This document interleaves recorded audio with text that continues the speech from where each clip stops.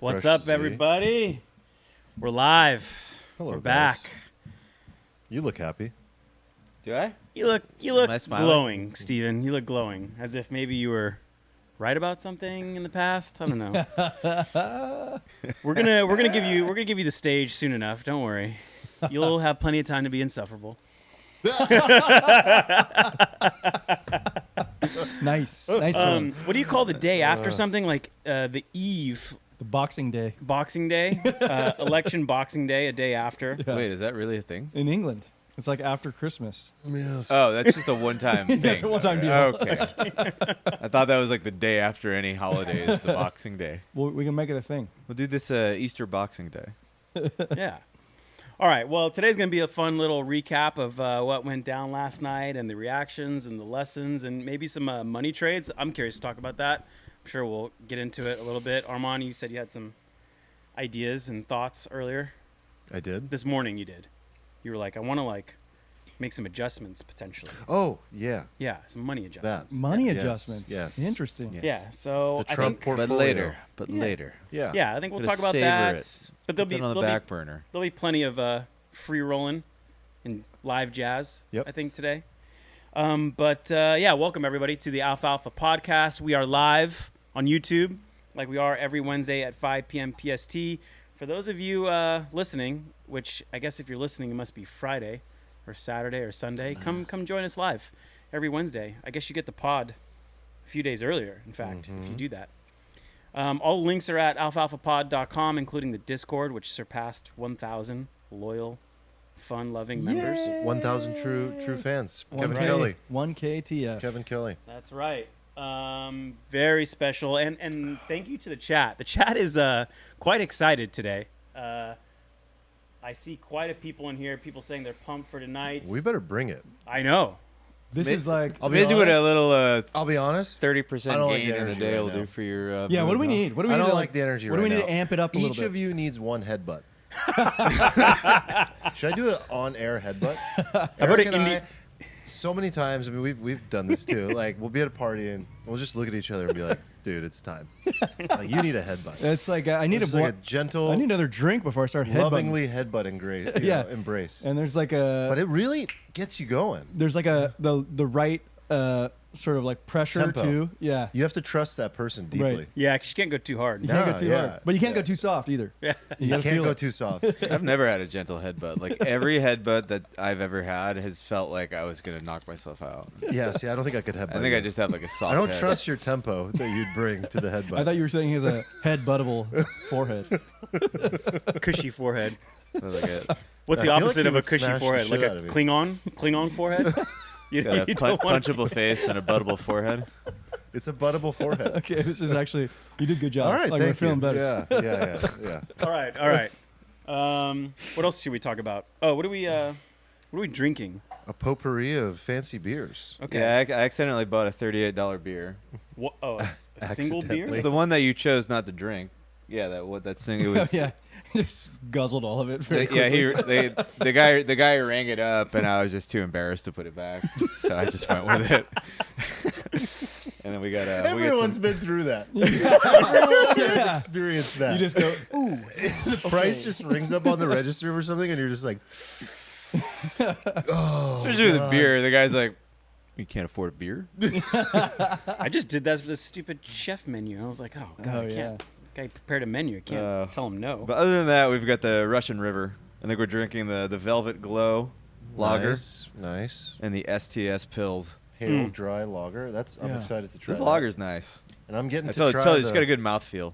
the hog, the boss of the Good hog. mouthfeel. Oh, yeah. yeah. Oh yeah, you got the Thank you, boss but hog. why? The gift from But They Why, left yeah. a little for me. Thank you guys. I'm I drinking figured it you'd again. polish It's that thing. So tasty. We double showed great fisted. restraint. We usually just polish a whole What's bottle in the episodes. what's the proof on this thing? It must be high because I got hammered last week. Yeah. You It's were above hammered. average. I Yeah. left you and Buy Punks, and I thought I might not see either of you ever again. Yeah, because he gets a rare night off from his 2 kids, and he's like, "Keep going." I was like, "Okay."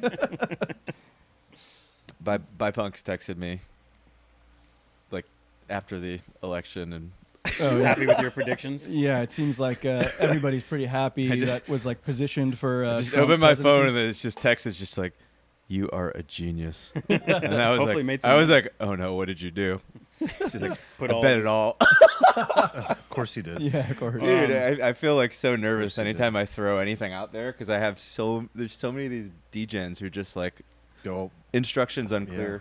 including That entire yourself, account. dude, including yourself. But Um, I know what I'm getting. All right. into. Well, before we get into it, let's give a shout out to our sponsor. So go to zbiotics.com/alfalfa. You can use the code alfalfa at checkout for 15% off. It's the world's first genetically engineered probiotic. It's called pre-alcohol. So you take it before you start drinking, like we did today, and it saves your morning from that nasty feeling from all those drinks that you might have tonight or the night before. It breaks down that byproduct of alcohol, which is responsible for rough mornings after drinking. Most people think it's dehydration. It's not. It's that nasty toxin that the pre-alcohol probiotic takes care of. Acetaldehyde. Ooh, nice. We should just start making hats and it just says acetaldehyde. on it. Just be our merch. Yeah, anyway, they have a money-back guarantee, so you could try it, see if it's good for you. I know the holidays are coming up. You might have some family gatherings with some drinking. There might be some more drinking now after this election at family gatherings. So anyway, yeah, could be a good gift for Thanksgiving and Christmas. So go to, zbiotics.com/alfalfa. I forgot mine, so pray for me. Pray for me tonight. All right. All right. Should we get into it? Retrospective. Crack the knuckles. So we had a party last night. Yeah, thank you for hosting, by the Party, way. yeah. It was either going to be a party or a funeral, depending on how things went. I went into this like I'm not gonna get happy or sad either way. Like, because Oh, yeah. experiencing the feeling of like your sports team losing is just so awful. Like, I remember one of the last times I was like just decimated after like a Barcelona Champions League loss, and it like ruined my day. Like, I was like, how did I let some random external event just like completely ruin my whole weekend? And I was like, regardless of what happens tonight, I'll be fine. It's gonna be Eric fine. reminded us last week, right? I think we kind of ended, and you were like, whatever happens, like, we'll be all Did I say all good. that? Yeah, you did. Okay, because like I genuinely think that's true. before It's I went fine either way. to before I met up with you guys and went to Steven's house, I was like coming straight from the tennis court, and I had a moment on the tennis court. I was playing with like 3 other acquaintances, and one of the guys looks up like as like we were midpoint or like in between points, and he's like, "Hey, look at the sunset." And I took a look at the sunset. It was gorgeous, and it like kind of brought everything into perspective for me. I was like, "Oh yeah." So there's like some big election where people are gonna be mad or happy or whatever, but like this is like pretty meaningless on like a bigger scale. This is the two sides of the coin, right? It's like it's incredibly meaningful and it's incredibly like a huge deal. It really is. But like you can also look at it through this perspective too, that like you're gonna be okay. Yeah, none of that is resonating with me. Yeah, I know. None of that I at know. all. Like I had everything riding on this. Like I had. What are you, Elon Musk? Yeah, what you do? Elon Musk. You put billions of dollars? Okay, like I've been talking on this pod, right, for months about shit, right? And I had a view of like the world, and that was almost going to be like I was like, am I gonna look like a fucking moron? Now your reputation then- is so recoverable. And then I Indeed. decided to go write a whole tweet thread the day before, Prolific tweet thread, by as the if way. that wasn't Also, bad could have deleted enough. that after the fact. Yeah, I never delete my tweets. I should. You had There's 500 definitely some plus tweets I should, 500 plus comments on that tweet thread. Tweet went viral. I got almost a million. Almost a Damn. million views. And then on top of that, I bet like just enormous sums on this as well.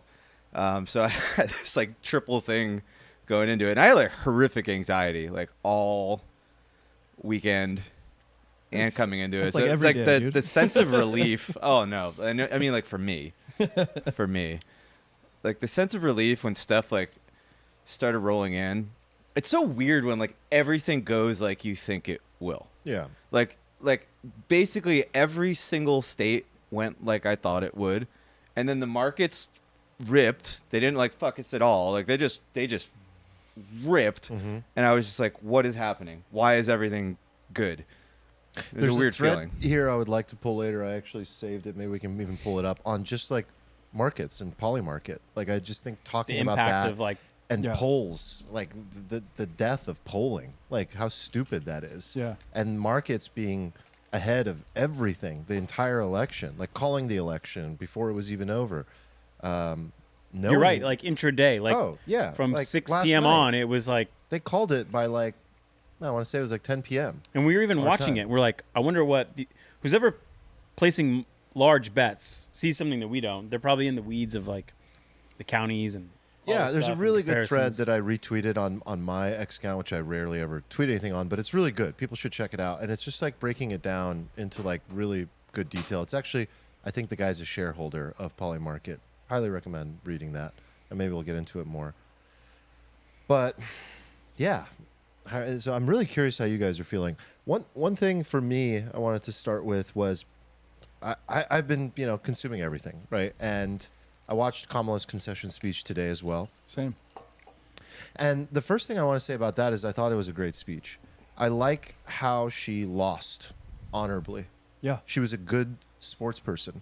And I think a lot of people in the Democrat Party and affiliated with the Democrats lost well. I was very happy to see that. I was happy to see Mark Cuban tweet, good game. You Yeah. won, fair and square. I was happy to see Kamala. She did make a jab about like the proper sort of, passage of power and all of that, and like handing over things and cooperating with the next president. That was a jab. But I actually felt that jab was like important. And like she was making a statement of like, this is how it's supposed to look. This is how politicians should operate. We can get dirty. She didn't say this, but she got very dirty. They got extremely dirty. They did everything they possibly could to stop this man. And Trump did everything he possibly could to stop her. One of them won. The people have spoken. That has left a lot of people in shock. And I think a lot of people didn't want to accept those results. The best possible thing that could have happened, and the reason I walked away from this feeling very optimistic and happy about the whole result of the election. When I say result, I don't mean like Trump winning, but I just mean the way it went down. We needed a clear winner. We needed a landslide for this to be as calm as it is right now. I think most people were betting on chaos, whether the Dems or the Republicans won. And there was discussions of who would cause more chaos in which case. But the fact that it was a very clear winner, and the fact that she just took that loss on the chin and made her speech and said, we're not done fighting and all this stuff. That part I didn't buy. Like, it's over. There's a whole new Democrat Party that needs to be recreated. But she took the loss well.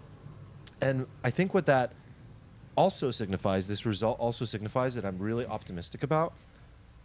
The woke versus MAGA thing, the entire ideological battle that, in my mind, that we have been experiencing for the last close to a decade, in my mind, is over. You think the war's won? It's done. There will be a new enemy for MAGA. Republicans are now MAGA, fully taken over. And they brought in some incredible people into Trump into his administration. Some of them I like, some of them I don't like. But the entire administration now is stacked, right? With a lot of former Democrats, Elon Musk, Ron Paul also assisting now as a libertarian with Elon Musk. It's good. Democrats have to rethink everything, and everything that they campaigned on needs to be recreated. It's not going to work anymore. And so I think that pendulum of wokeism is swinging, has swung, is shifting away, and a new identity will have to be Yeah, can created. I riff off that a little bit? Yeah. Like, one of the biggest things I got most excited about was like this idea of identity-based politics, right? Like, so viewing through the lens of like race or gender or sex or sexual orientation, I'm hoping took one of the biggest L's and hopefully like It's nail done. in the coffin. There's a lot of the left and specifically like the elite who are on mainstream media that force this view on us, right? That view every policy through, race or, gender. And this guy got consistently put down as Hitler and a racist. And that mandate for identity-based politics just got rug pulled by minorities because they came out and voted. Bro, 54% of Latino men voted for Trump. Yeah, I mean the results were just like, all clear that they don't believe this message that they're being told by mainstream media that, you have to view every policy in terms of race or gender.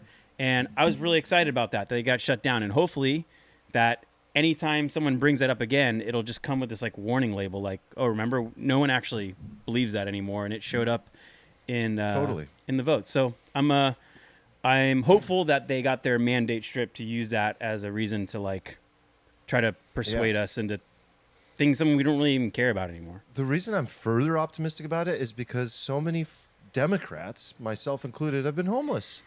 I'm no longer, I couldn't support it anymore. And so many people experience the same thing. So I'm excited to see what the Democrat Party comes up with that maybe I can feel excited about again one day. That's the most promising part of this, is like, give us options again. We haven't had options. We haven't had good options. Is it a good time to read? Let me just Go for it, man. Rec10 donated $69. I mean, We live in while the you land pull of the that up, free. there was Long one, I don't know all-risk what show assets. she was on, Smack but your she was ladies like, or mans. Ask just, today, gents. This is life I really as would God have hoped intended. that in this day and America. age, like a mixed race woman married to a Jewish man would have been able to like Become become president. president. Like, it's not what this is about. Like, no one even cares that she's a woman or a man or what race she is. No one gives a shit. Right. It's that she didn't like clarify her policy. She wasn't nominated to do this. Like, she just couldn't answer what she would do different. You know, like Exactly, there was yeah. all these other like core fundamental things. And anyway, I hope all that shit just like goes away for good. Women dodged a bullet because you can't take back your first time.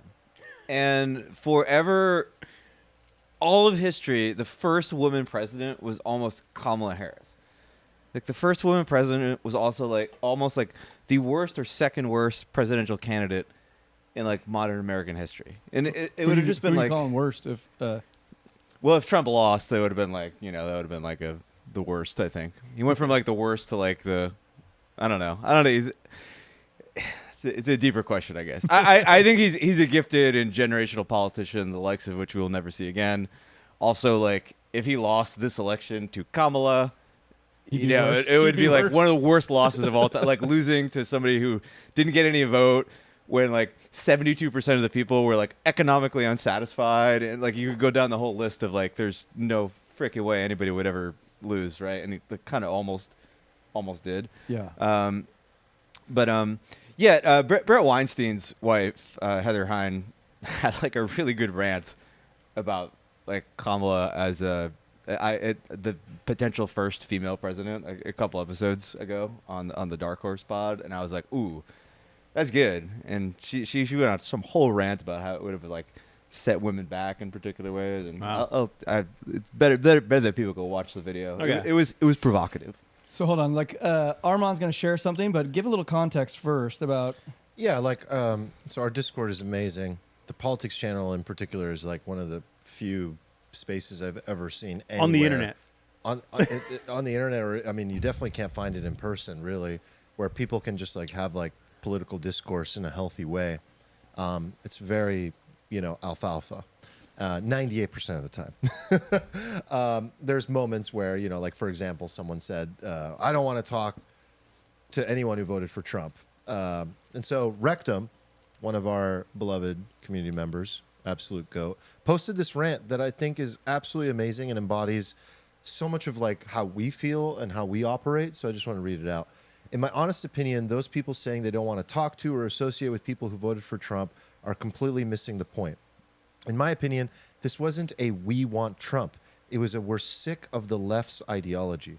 I've made it very clear that I fucking hate Trump as a human being. I think he is an absolute piece of trash. But I also think another 4 years of left-leaning policy would have crushed us. Government reach has gone too far. Regulatory oversight is absurd. Cities have become literal dumpsters, and the establishment has gone too far. More than half of this country voted for Trump, and while there are certainly giant pieces of shit humans in that group, there are also sensible humans who've had enough. Man really Just has a my way 2 with pence. I think he nailed it. And I think, like, people that voted for Trump are not garbage. They're not honkies. They're not, like, absolute idiots. They're not midwits. These are Racist. They're not fascists.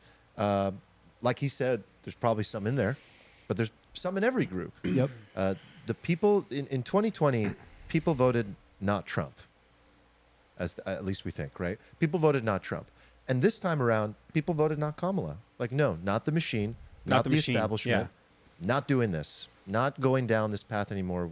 We got to, if this is all we have, if the Republicans have voted this guy as their elected, if this is the guy, we have to vote for him. I think it brings about an interesting topic too. Is like, how do we want to talk to each other in our own Discord? Like, how do we want to like sort of facilitate these hard conversations?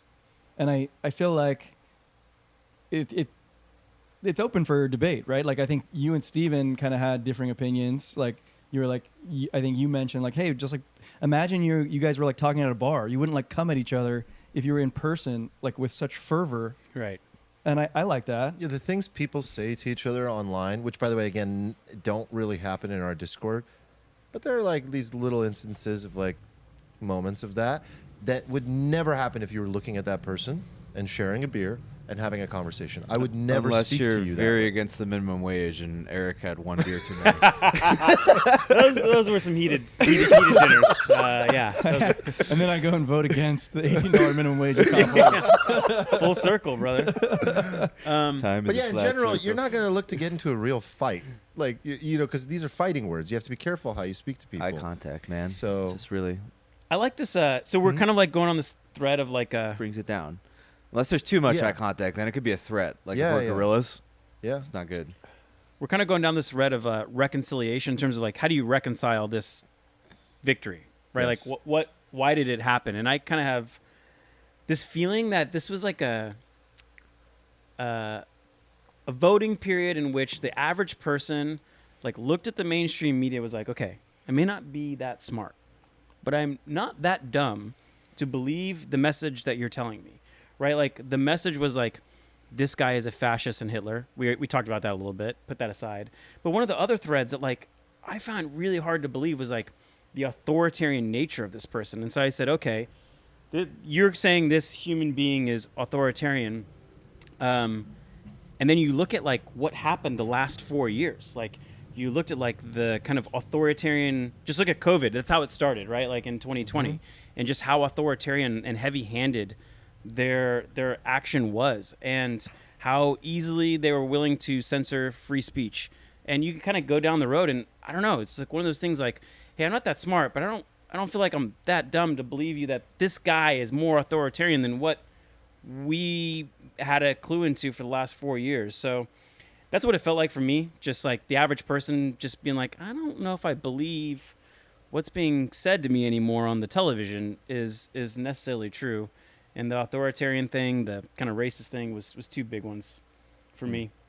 Yeah, and I think people are smart enough to know how unfairly Trump was being treated and how many things were taken out of context all the time. It doesn't take much work to just like find the original source of the video. I mean, they blew their credibility because Yeah. they did so many things that were just like verifiably fake.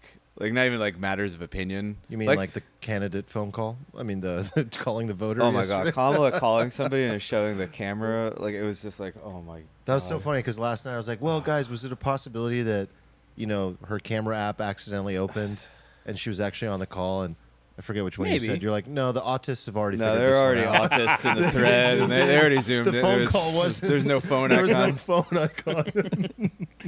I can't believe she faked that. But I it's can. just fake. I Everything's can. fake. There was stuff he says that sort of like he says either very poorly chosen or brilliantly chosen words, depending on whether he's trying to farm engagement or not, in He's your perspective. very poorly chosen. All you the know. time. I mean, he says. I shit think it's that's an not interesting real. debate, right? But there's some stuff like that where people are like, he said it's like the meme where the cat's yelling at the girl, and it's across the table. Sorry, The Liz Cheney thing is a perfect random thing. example Yeah, of that. that- He didn't need to say that. He didn't need to say it that way. But like that is a bad example because like I think even if you watch the whole context of that, it's very fucking obvious what he was saying. You That's know? not what I'm saying, though. There's saying way worse it's stuff he's very saying. obvious what he's saying. The way he says these things is so inflammatory. I didn't think that was that inflammatory personally. I think that's like a poor choice. But there's other stuff they do like the fine people thing, right? Yeah. Which Obama was still repeating like 3 days before the damn election, right?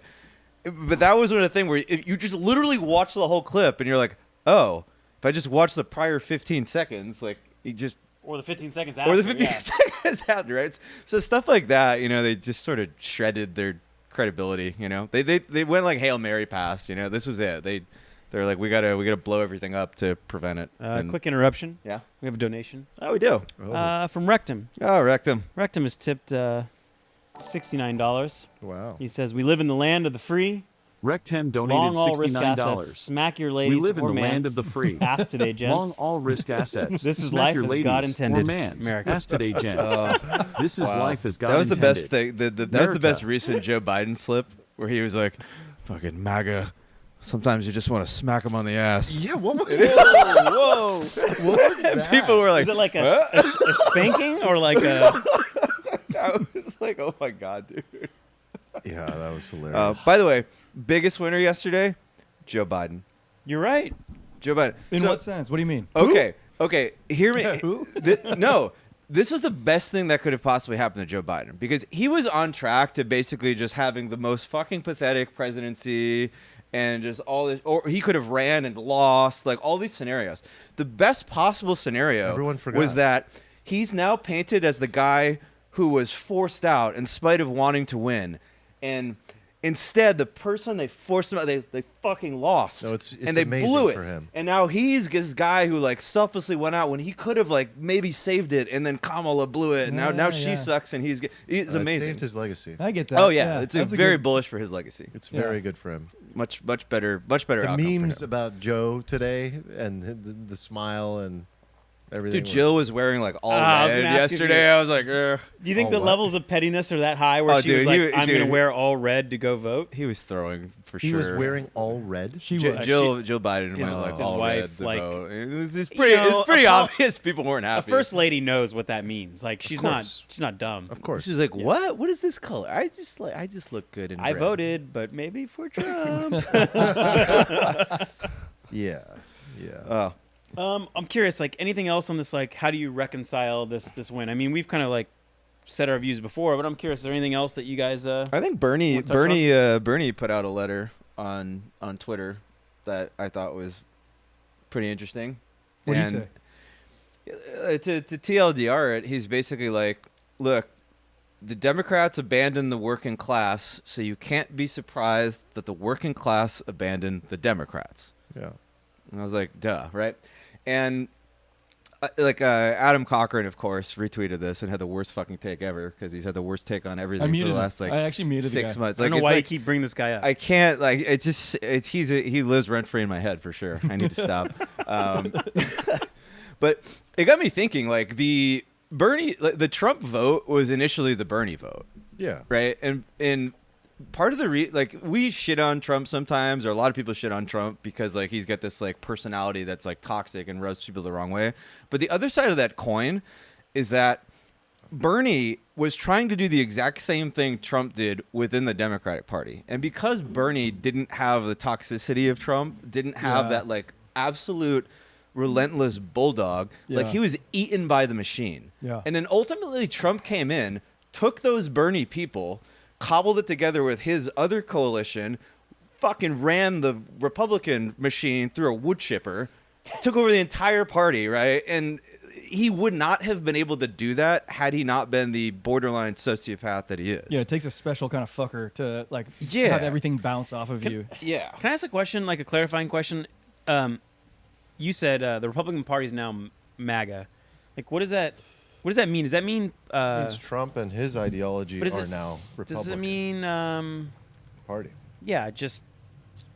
Okay, Like so there was a faction within the Republican Party But how do I called define? MAGA. Yeah. And now it's just MAGA. So I have a question. Like this is one thing. Like I just want to continue on Yeah. this because this is something I had a question on. It's like if the Republican Party has gained popularity to the point where like JD Vance, let's say, runs next term, then you would say that JD Vance probably the favorite. But then my question is like, what if he's not as Populist or whatever. right? Populist as Trump was. Will he like lose the MAGA vote? Or I think like, JD's more populist More. than Trump is.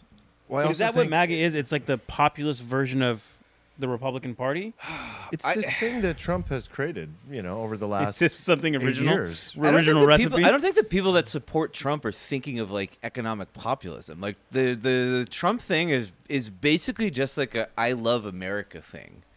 Like it's like it's a very simple like I love America and they hate America and they hate you. And his thing is like I love America and I love you. That's basically his message, right? It's not some crazy like 13-point plan. Like JD is like way too big brain, right? He's like thinking about all this shit, and like Trump is literally just like directly honing in there. I feel like JD might be less I love America, I love you. He's like bigger than that, as you're saying. It's like he might come with a 13-point plan that he's going to doesn't speak resonate. with bigger words for sure. Like the next election, I think could be interesting because I think very high probability you get JD Vance versus Pete Buttigieg. I love that's Buttigieg. going to be Ooh, like that suddenly we're debate going to be would be having fire. these like debates where they're like talking about policy. There's going to be these. They're going to be going back they're and forth both calmly. intelligent. Like there's some like freaking Oxford. They're both pretty debate. inflammable too. Like both those guys are. No, they're hard both to just take very down. smooth. They Yeah. never get upset and they just talk. I actually think it would be like crazy. Like I was saying in Discord today, like back when like George W. and Gore were going at it, people were like, "Oh my God, W is the dumbest person on earth." You go back and listen to that debate now, it's like you're listening to two Rhodes Scholars go at it. Oh, It's yeah. like they're talking about policy. Somebody and- a couple like maybe a month ago had me listen to Ross Perot versus George Bush Sr. and Clinton, and I was like, damn, Yeah, that like, was in the Discord. like these guys are fucking sharp, and Yeah. like They knew their It's numbers, like crazy, stats. Yeah. you know. But like to Trump's credit, like he's like actually sharper than people give him credit for. Like when he goes into a setting where that kind of stuff matters, like he's able to talk about it. Like we went on the All In pod where that audience is just like a narrow audience of like kind of like thinking people, right? It's a different kind of audience. Like he was on there, he was pretty sharp on policy, but he knows who his audience is. Like that was his gift for this campaign, right? So everybody the whole time, myself included, like it was like, oh my God, you need DeSantis. He's going to be more appealing to people in the middle. Why are you talking like this? You need to appeal to people in the middle. And he was just like, no, I'm going to find more votes in the rural areas. I'm going to find more votes amongst like young men. And he just went straight to the people. He was it's like a business owner. He's Yeah. like, who is your customer? He went straight to the customer and just relentlessly talk to those people with that specific message, and in the end he drove some crazy fucking turnout in these areas, and he like wildly overperformed. Like one of the craziest things to me when you dig into the demographics of this election is that there's this idea that like boomers love Trump and like all the young people are coming up and they love like Kamala and everything. It's not true. Like Trump won like the 18 to 25 demographic, and Kamala won the 65 Thanks plus. to Barron. You know? Barron. You think Can we- Barron- His Barron number flipped one it? advisor. Can we Dude. talk about that a little bit? So, Yeah, dude. so he mentioned. We got to talk about the podcast. Yeah. Let's do Is it. that what you're? Yes, please. Yeah, I mean, like, first of all, I think Barron has definitely been clearly advising him, and Trump has been open about that, being like, you should try this, Dad. This is good. This will give you Dad, some you great gotta go Nelk exposure. Boys. You gotta go do this. God damn it, Baron. But that was absolutely brilliant. It probably is the last time that people really, like, I think it's over. Like the media being the source of how you learn about who the president is, what their policies are. You're not going to get that in a 7-minute chopped up segment on CNN or Fox News. You're going to get that by tuning into Joe Rogan or fucking, I don't like them, Nelk Boys or whatever else over a 2-hour podcast. And by the way, I hope that Trump and Vance and Musk and RFK and that whole cabinet Kushner. continue to come back to Joe Rogan and All In and all these podcasts and share and update the American people and the world on their progress, what they're doing over this 4 years. Like, this is not just about campaigning. This is the new media. The new media is us. We are the new media. And by us, I don't mean like us four. I mean like people. The people Right. and anyone that can afford a microphone and a computer is the new media. That's the game has completely changed. Completely changed. And so, is legacy media dead? These things can take time. But in essence, it's dead. It's dead to the people. People are too smart for that now. Fuck the State of the Union. Like, just give me Yeah. 3 hours of like unadulterated, unedited Webcam, of a normal person asking you questions about like what's going on. Then Yeah, a that's- 45-minute Yeah, scripted see, speech. it looks so Both weird when you houses. watch it now. Like, a guy says something, and then like his team, like they get up and they clap. That's absurd. It's just like it's weird. so, People don't it's want so it weird. anymore. You know, hundreds of years ago, you looked at like what a courtroom looked like. It's just like it's a puppet charade. It's just like an act, like a Broadway show. You know, you got a guy with a wig on, and we're trying to still hold on to these old ways of doing things. It's all a charade. So the It's young bogus. people don't even have like cable TV. It's like can't even like No, watch that They stuff. definitely don't. But it's kind of like in our generation, it's a joke. It's like funny, like those people who watch Right. mainstream news to like. That they let them filter the information to you. It's Yeah. it's kind of cute. But it's Dude, strategy. I went to a movie Saturday night. I did the rooftop cinema thing. Watched The Dark Knight. By the way, The Dark Knight is fucking sick. I forgot how good Dude, that movie opening- is. It's a top 10 opening movie of all time. scene- Unbelievable movie. Opening scene of The Dark Knight is the best Unbelievable. opening scene of any Yeah, the movie. opening You guys scene, know the that's scene after that, the considered- one in the middle. Like, it's Considered just like like a top 10 movie. I was of all watching time. the thing. And I was like, I forgot how unbelievable this movie is. Anyway, point of this thing was that like when it rained on us, we were rained out in the middle of the movie. I was like, That sucks. what are the odds? But we left and went out, and we were in the hall, and I looked next to us, and there's like a crowd of like 15 like young. There might not have even been Zoomers. They were whatever alphas. I don't know. Gen Alpha, is that the pre-Zoomer? I have no idea. But they were probably like 20. They looked like they were 20, and there were like 9 of them standing here with like MAGA hats, like girls and guys just chilling, and they looked like exactly like you would imagine like a Zoomer. How old to were they? be. 9 years old? No, they No, were like 20. 20? Yeah.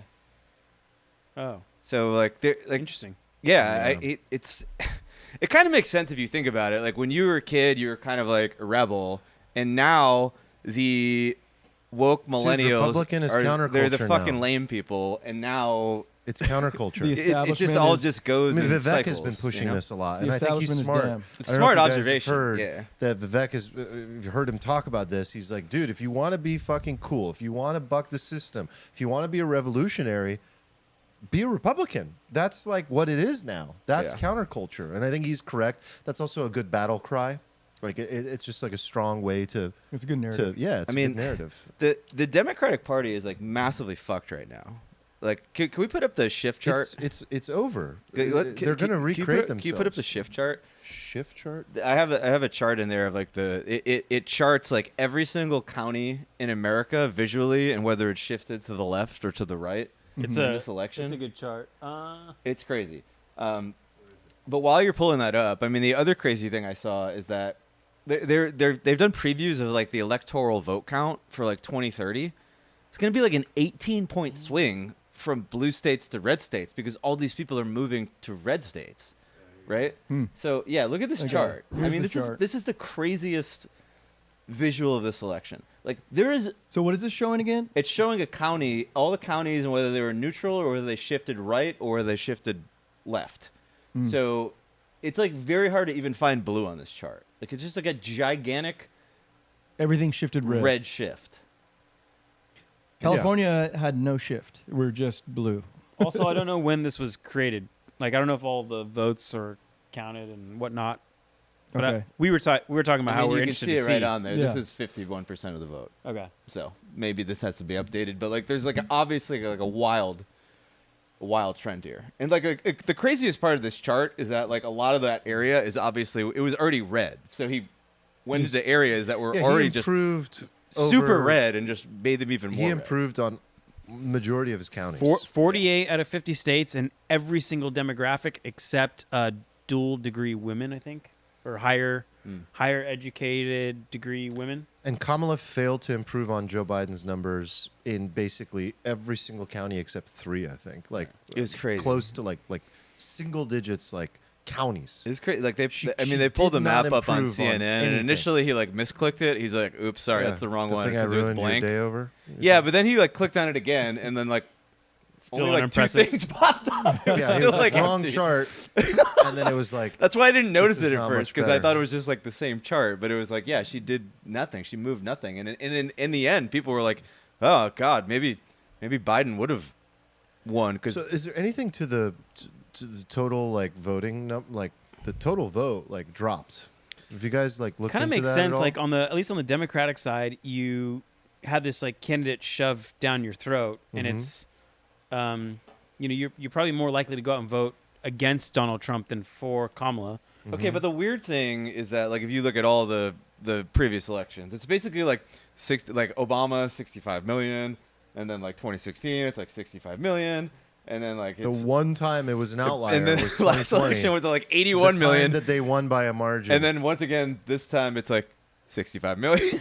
Really, like Obama first it's term, been first 65 term million did Yeah. every time. Oh, yeah. Yeah. And then last I time gotta- was 81 I gotta million. find it but In The 2020. most that? of all time.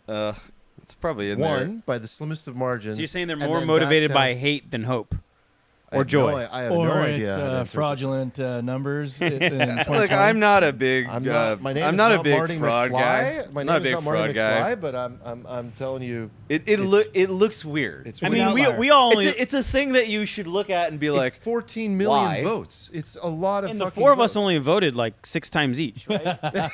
No ID required in California. Yeah, you just keep going back and being like, "Hi, I'd like to vote." Anyway, New name, new address. I feel like I had you it just had to bookmarked, give but him maybe a random address. maybe I didn't. Anyway, Yeah. I mean, clearly, Oh. I think it was people were galvanized by many things. This is something that I was thinking about this morning, as well as like I'm optimistic about the result from a perspective of there's so much bullshit that was flung around during this campaign on both sides. And that's what politics is. It is a nasty, nasty, brutal game. And it brings out the absolute worst in these candidates and in humanity in many ways. But the reason I'm like feeling okay and good about where we landed, and personally, why, like, ultimately what you want to see is the candidate. Like, if you take all those single issues and you cast them aside and you really look at like what's the most important meta factor to who becomes president, in my mind, what I came up with this morning is who leads to a more prosperous nation for all? Prosperous. Like growth It's oriented? not about abortion. It's not about, I mean, it is about abortion. It's all those things are important. It's not about the race thing. It's not about the equity thing. It's like if you put all of that aside, it's ultimately prosperity. And prosperity is holistic. Prosperity goes across just economic. Prosperity is how you feel. Prosperity is, are you safe? Prosperity is like, can you get a job? Prosperity is your bank account. Prosperity. And I think, and I know people will disagree with me, and I know I'll get shit for this, I think that Trump leads to more prosperity over Kamala. And that leads me to be more optimistic about the next 4 I years. feel that's pretty non-controversial. Like I think to steel man the case against that, like a lot of people are like, oh, but tariffs, there's going to be like inflation, and everything's going to be like. One of the interesting things we saw in this election is this is one of the first elections where we had like a really, really, really good betting market, right? In poly market. And it was fascinating to watch like the diff between poly market and like TV. Like on poly market, this shit was fucking over for like hours before. by like what, like 6:37 p.m. our time? There was a point where PST? Georgia was 98% on poly market, and like CNN and MSNBC still had not called it. And the race itself was 97%, and like nobody close to had call. called it, right? So that was crazy. But then the other thing that was crazy is like this idea, like everybody's been pushing this narrative. Oh, But the media had been saying that this market is full of shit. This is just getting pumped by a couple like billionaires that want to see yeah, Trump which win. we were like, nah, that's not how markets are work. real. It's not, Like- markets are real. They're fucking real. And the poly market was by far the most accurate Wasn't thing. J.P. we Morgan had. Chase involved? Like, I don't know. Yeah. Was that a thing? The dumbest argument was like I heard against the betting markets was like, well, there's probably only like younger males who are involved with poly market, right? Because it involves crypto and betting, and that's was like I think yeah, that's but true. they're obviously like doesn't matter if they're males or females. They're looking at the entire data set to wager money. True. So it doesn't matter whether they're like aliens or children. People are like Like- making like arguments against like the very nature of markets. Yeah, right? Like the profit motive, it turns out, is like very, very motivating because you literally have to get every single person on earth who could theoretically participate in the market to not participate in the market and not take free money off the ground. You know, like markets can skew a little bit. You get like these like spot premiums and stuff on exchanges, but for like a market to be off like 10% like that, it was just not happening. And oddly enough, the freer the market, the more accurate.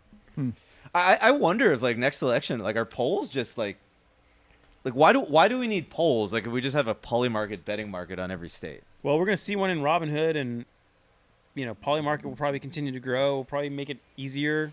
You have one in Schwab. I don't know. Yeah, like if you could make billions of dollars, like if the liquidity theoretically gets so deep that maybe not billions, but say you could make like that French kid that everybody's talking about, the Polymarket whale.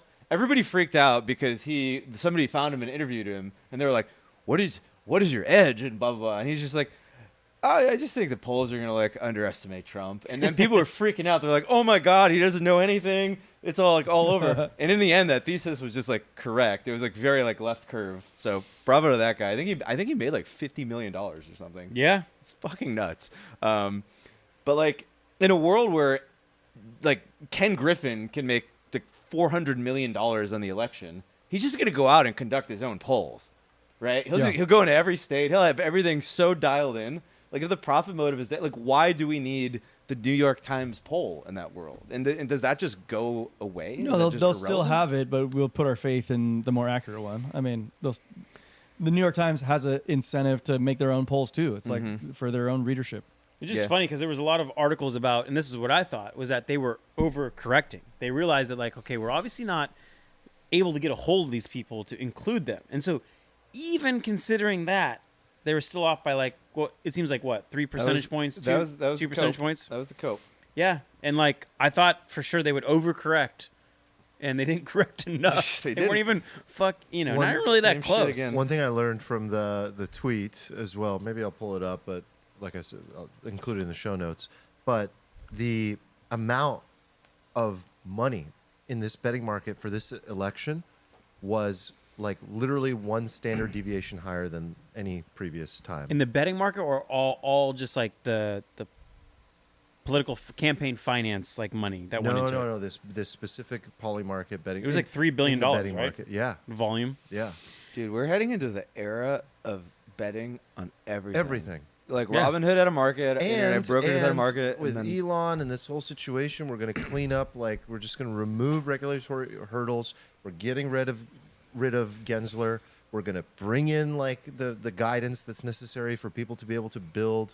Like there's very important fundamental things to be bullish about when it comes to that. Yeah, and like I think the market is not stupid. I think there are people out there who see Trump coming in, they see this friendly regulatory regime, and they are probably racing to fucking build shit and like get it in there because they know like when it comes to government, once stuff gets in, it's very hard to pull stuff back. You can't get that consensus. So if people can kind of get in, like if the SEC registered Polymarket or equivalent can get in, and we're betting on like everything, or we're betting on like movies is probably like an interesting thing to bet on, like box office sales for like movies or something. I think it'd be like really like betting markets are amazing. Like we could do so much with betting, like a ton with for betting seemingly markets. like games of chance. They're incredibly accurate, right? Like 16 people against 16 people throwing a football around. Money talks, man. People like It do works. the research and get in the nitty gritty. Vegas shows you that they're the most accurate, right? It's the same reason. Is there anything you like would love to see a betting market on that you could think of that doesn't currently exist that you think might become like a normal thing in our everyday lives? Is I guess like our future stock prices essentially like options and futures that's already there? Yeah, I feel like stocks there's already betting markets for that, you know? Can you see the kids like betting on anything? You think they're going to be going into like if we were mega degens, we just teleported back into class right now in high school, like we'd be making our own little like Polymarket markets on like whether our teacher is going to like do something like that day or liquidity's not deep enough for that. But you don't care about that. You don't care about that. You're not putting millions in that market, you know? So, hold on this point that Armand brought up before about like prosperity and stuff, like, and we're talking about markets, like the stock market certainly believed that this was like going to be prosperous, right? Yeah, can we talk about that? Because holy shit. Holy This shit! This is the same. Wow, as- this morning It's was. the same as like the betting market for the election. It's like the market is telling us what to expect. You know, I had, we don't have like a large company. We don't have enough people in their office, but everyone in the office came in this morning and was like, I am richer today. Like everyone we've been walked waiting in, years for this. like Everyone's been waiting chest years up, for like this. I am wealthier today. Oh man, It's funny to watch. I've been doing this for a long time, and this was by far the best day I've ever Wow. experienced in my life. Someone in our insane. Discord It's said insane. they made a year's salary today. You know, I great. won't name them, but like it's incredible Yeah, I mean, on paper, but like it's amazing. like today was such a glaring, like Kamala's campaign at so many points. She was like, I have 17 Nobel laureate economics, and they all say that my campaign. Well, you know what? Wow. The stock market does not give a fuck about your Nobel laureate Okay. economics because the election results came in and fucking everything ripped. Like put Coinbase aside. You don't think like Nasdaq futures were up like 2.4%. that was Like, pretty just juicy.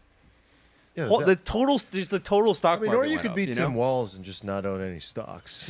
Did you guys Yeah, and then see, people are like, "This is a good thing." I'm like, "The fuck it is!" Like, second most powerful guy. He's like, "What the hell is a VC anyway?" People act. People are like, that's a "Oh good wow, thing. he's so quaint. It's so." No, this is not a good thing. Poor man. Not a good thing. Poor dumb man. Oh my god! Like what he said. What did he say? He's like, "I don't even know what a VC does." I was just like, "Oh Yeah. Jesus Christ!" the guy's testosterone must be in the double digits. Anyway, you see And what the was up Russell with him 2000? calling Elon gay. I don't know. That was That was a so weird thing. That was weird. he He used it as an insult. That was like that was that's the weirdest projection. part. Why would you use it as an You're insult? the party that's supposed to be like the most friendly. That's the irony, is that they're the That's racist the ones. irony, and I- he used it as an insult. I had- you know what it and is? Then Elon's like, I don't mind being called gay. Like, fine. I had a discussion with Tom in the Discord today about how I have this like friend who's like gay, but he's like super right wing, and it's funny or not funny. I don't know whether to laugh. Like he calls like his gay friends. He's like, yeah, those liberal F words, and I'm like, this is okay for you to say, I think, but I'm just gonna not react to it. And then Tom was like, oh, that's like, yeah, this is like a phenomenon where people are like uncomfortable with like the fact that, so they like project out. And I was like, oh, that's what Tim Walz did. He was just projecting. Yeah, he's like just, calling him gay. because everybody's like, Yeah, All right, it was very weird. let's get back on task though, because I think Eric brought up a big point. Let's talk about the market movements today. It was fucking the glorious. Russell 2000, Oh, which is like best thing I've kind of ever like seen. smaller, bigger businesses, like was up like 4 or 5% this morning, which is like, and the Russell 2000 is like a terrible index. It's a shitty index, but Well, it has been for a bit. yeah, Well, the Russell is funny because it has this problem, right? Where like the winners graduate. Yeah, so the Russell is this. It's this index of tiny companies, and it's like kind of this thing where like anytime a stock in it gets like too successful, it gets plucked out into like the Nasdaq or something. So it's like the group of the losers. It's Always. like who buys this? Like I don't like what does anybody own this? Like is this I like a mean, thing? Tom Lee. that- I wouldn't, but I'm guessing that there's like other advisors who say like, well, we're going to diversify you and have We exposure. diversify on into this. They've been something up that doesn't massive go this up? morning. Yeah. I mean, it's Can we amazing. just go back maybe down the list of like biggest movers? So, and correct me if I'm wrong, but I have the top 2 biggest movers as one, Geo, which What do was you- up what do you have? 40%. Oh, that's, Geo is the for-profit. yeah, you're showing that. Well, Was it up 40% at open? Because I almost put it in a market on open order, and I was like, no, it was up like 30% at open, and then ended up 40. damn it. Yeah, it was up quite a bit. So that's one that's a for-profit prison. Like detainment facility. Yeah, you might go to hell for owning it, but you'd be up 40% Shout out if you- to shout out to the listener CP Ledger for putting that on our radar. Oh, Yeah. nice. and then I think second was Coinbase. Did anyone Coinbase have any? Ripped today. Coinbase was up like 30 something. Yeah, close to 30%. Was there anything else that? Oh, it hit 30 at one point for sure. And it's like this Yeah, perfect. Zin did very well. Yeah, Zen Zen coin. coin? I Zincoin. scanned like the whole universe of assets I could find, and the number one returning anything I could find with like decent liquidity was Zincoin. How much what- was Zincoin? Yeah, at? Zen well, was up at one point today like 75% from the What? start of the election, and I was like, Wait, what's the why? rationale there? Like, I don't know. the I think whole it's show like has an nothing to do interesting with Zen. question. I would like Freedom crowdsource this. deregulation. I don't know. Crowdsource this to the listeners. Like, why did Zincoin 75%? Maybe it's like because I think I was actually interested in Zin coin at the launch because I'm such a Zin advocate.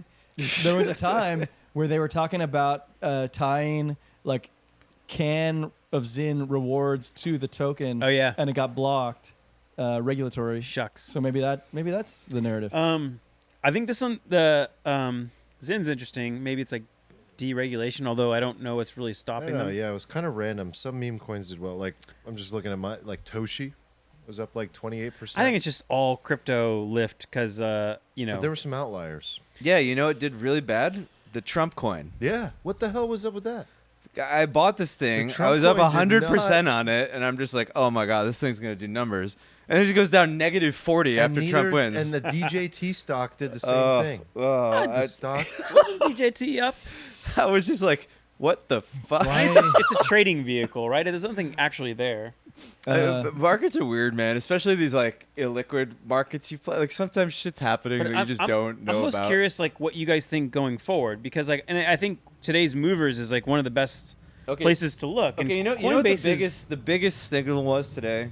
You know what the largest like actual mover in crypto was that like has decent like what would you think the actual largest mover was? Coinbase, No. Solana, oh Doge. No. Damn it! All right, hit me with I it. feel like you guys would get this. Wasn't it Lido? It is Lido. Yeah, Yeah. Lido was up like 40-something% today. And Lido is part of a basket of other coins that like we've talked about this. Like I've talked about this with you a lot at Permissionless because I talked with like a lot of guys when we were out about like selling a bunch of ETH for Uniswap. Yep. And I did do that with like a chunk of my portfolio because I was just like, look, the see. downside here is just kind of limited and it's like basically ETH and like it has this like upside.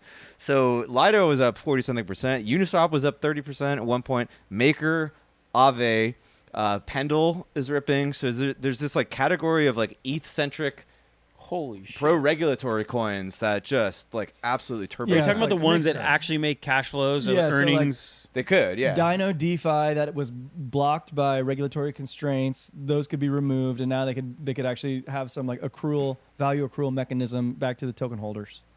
Oh, thank the Lord! Yeah.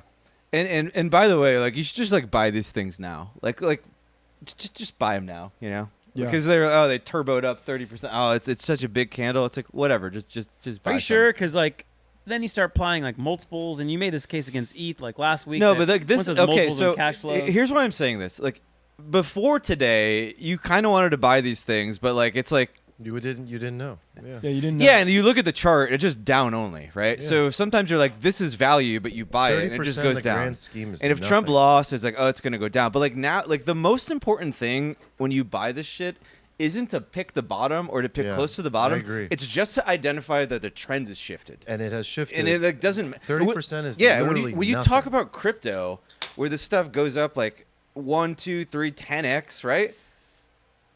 Like even if right now this stuff goes down like -30%, but you truly have identified the shift, like you're still good. Like it's still gonna go up a lot. Like getting I think that's a good message after for the everyone trend shift today is, like, the because thing. like you kind of get caught in these things where you're like, oh my god, everything moved so much up today, Yeah, but there's a I'll clear wait. momentum shift. yeah. And that, I like- think I like what Steven's saying here too, because like if you buy Geo or something, like you're buying the top of the top versus you're buying Lido or Uni, and it's like you're buying something that's like 99% down But from its top. I mean, can you just like, how would you approach something like Coinbase or even the S&P 500? Because like, there seems to be like a clear momentum shift of like deregulation, just kind of pro-business policies, and these And things I'll are. throw in. How long do you guys think this lasts? Because I don't think this lasts very long, personally.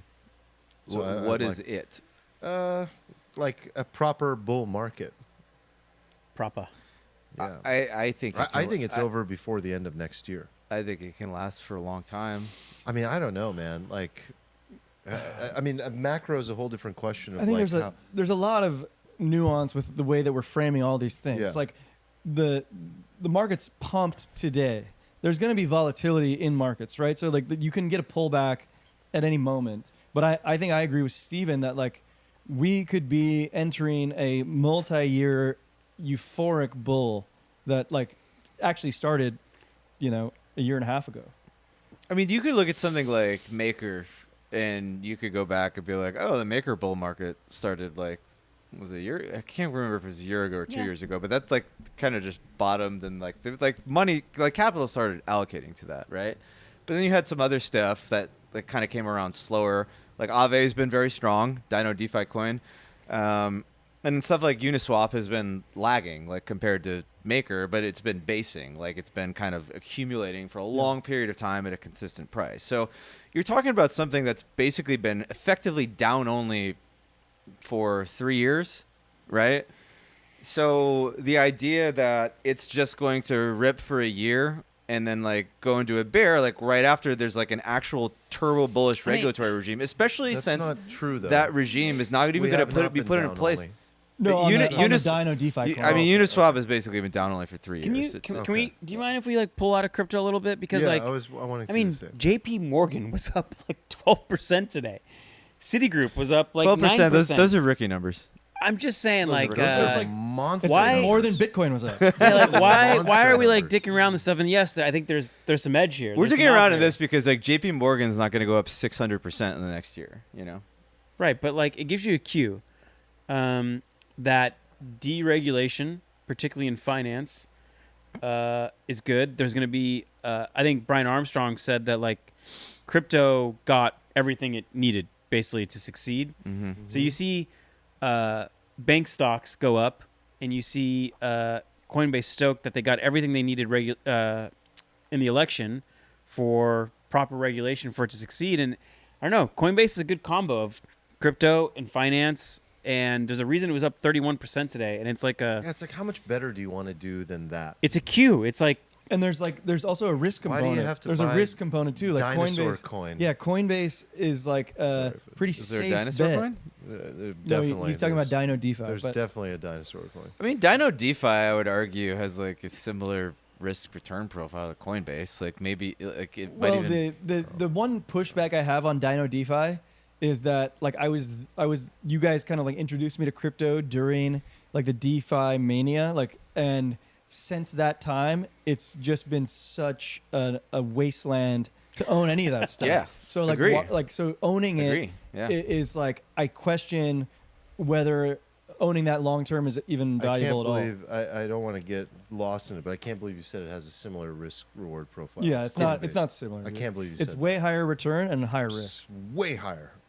I No, don't know I would- shit, and I know that's. I correct. would bet you like a fucking bajillion dollars Oh, that God. like I activated Uniswap that. versus Coin. That's like Here he ridiculous. goes. That's like freaking ridiculous. Like Uniswap. No, we said Dino Coin versus Dino Coinbase. DeFi is Uniswap. Yeah. Uniswap is literally Dino That's DeFi. what we're talking about. The Sorry, fucking Dino bottom, the DeFi. bottom of Uniswap is like. This is why we were talking about buying it, because like it was basing out at like $6 and it's at like $9 right now. And the upside of Uniswap is like it's doing all the asset swaps like on Earth or something crazy. Like it's, But it's the- like a like- phenomenally But interesting that product. risk return profile is not the same. It's It's not like the same. it's Yes, no, way it's higher yeah, it's return. better. Yeah, It's it's way better. higher return. Yeah, It's better. No, I know, but it's No, not the that's my same. point. The Yeah, risk you said is it's the same. higher.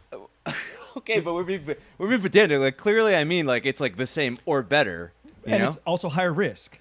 Like it can go down. It went down Better- 99% better versus coin on going one higher. end of the like, spectrum. Coin No, in like 10 you're- years, you're- you know for a Your fact it's gonna be downside in valuable. coin over the next 2 years is like way worse than your downside in Uniswap from here. How about in 10 years?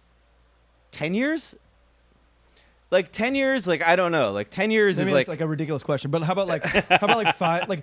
Like I don't even think you're being honest about this. Like Yeah, we 2 got years from lost. now, No, 2 forget years it. from now, it doesn't even matter. Like It doesn't they're, matter. they're one's a higher return, higher risk, and it's very obvious.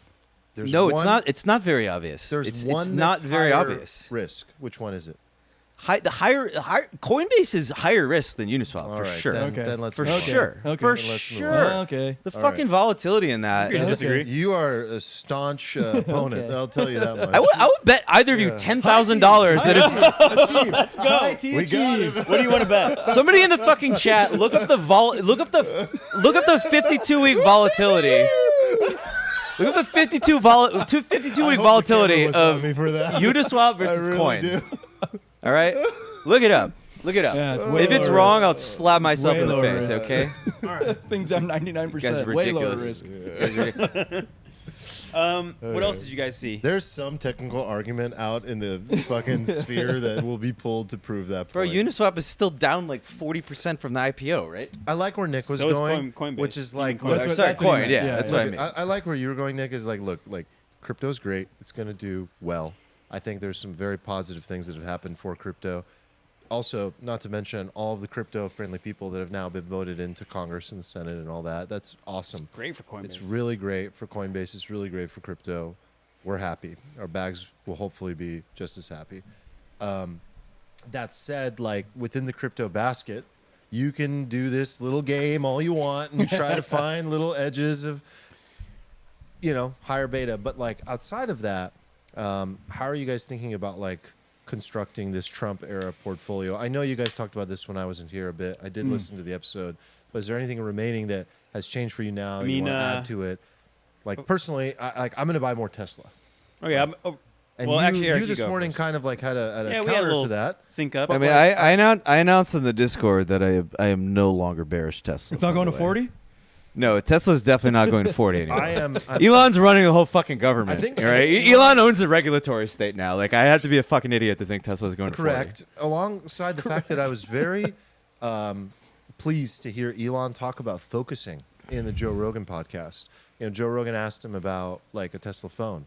Do you want to do that? And he was like, well, we're doing these like 2-3 huge, like life-changing things. Power, Wait, the cars. Elon's talking about focusing? It's funny to hear him say that. Yeah. He probably needs Brother, some- he's Diablo. he's building cars and going to Mars, and he's top 20 in Diablo. Yeah. Within the realm of Tesla, though, he was talking about making sure that his team focuses on like the most important stuff where they can really win the market, which is the cars, the energy, and the robotics. The robotics is already new. So he's like, no, we're going to focus on like not touching the phone stuff unless it's like absolutely necessary. And in general now with his role and the bet he made, that guy made the biggest bet of all time. It was like go to jail or fucking go to Mars. That's the probably bet go he to made. jail. Could have been like Could've been evicted jail. from the country. Yeah, he could have been evicted. But he's going to Mars now. Like he's going to find a way there. He's got the capital to support it and regulatory backing to support it. So They're bullish. they're trying to bullish invict Tesla. him, by the way. I was a long-time Messed up. Tesla stockholder. From the early days. From the early days, I sold 2 years ago. Good call. Love it. Did well, but want to get back in. So, what else are you guys thinking about? Or are you talking asset allocation? Or are you just talking about individual stocks? However like you want to big take bets. it. No, I mean, I'm thinking just in general. asset allocation is probably a better framework, and then we can go down. I mean, I think in general, you just want to be fully allocated at this point, and like if you're not, like, I think I still have some cash, and over the next 3 months, I'm gonna like just kind of like phase it in Yep. and not try to make too big of a deal of it, but like be fully allocated to equities, Yep. the S&P 500, the Nasdaq.